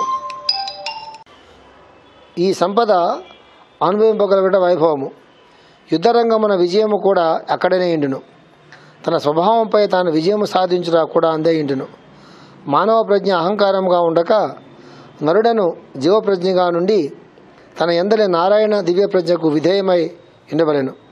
తన వెన్నెముకయే గాంధీవమును ధనుస్సు, అది నరుని ఆయుధమగును.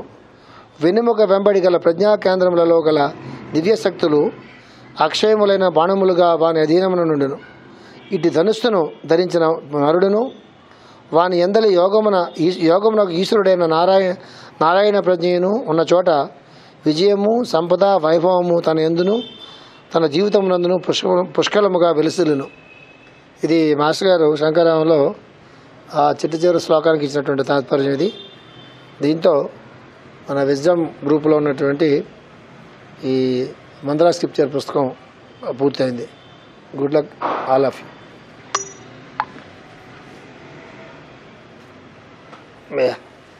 ఆర్తి ఇచ్చాను బాబు.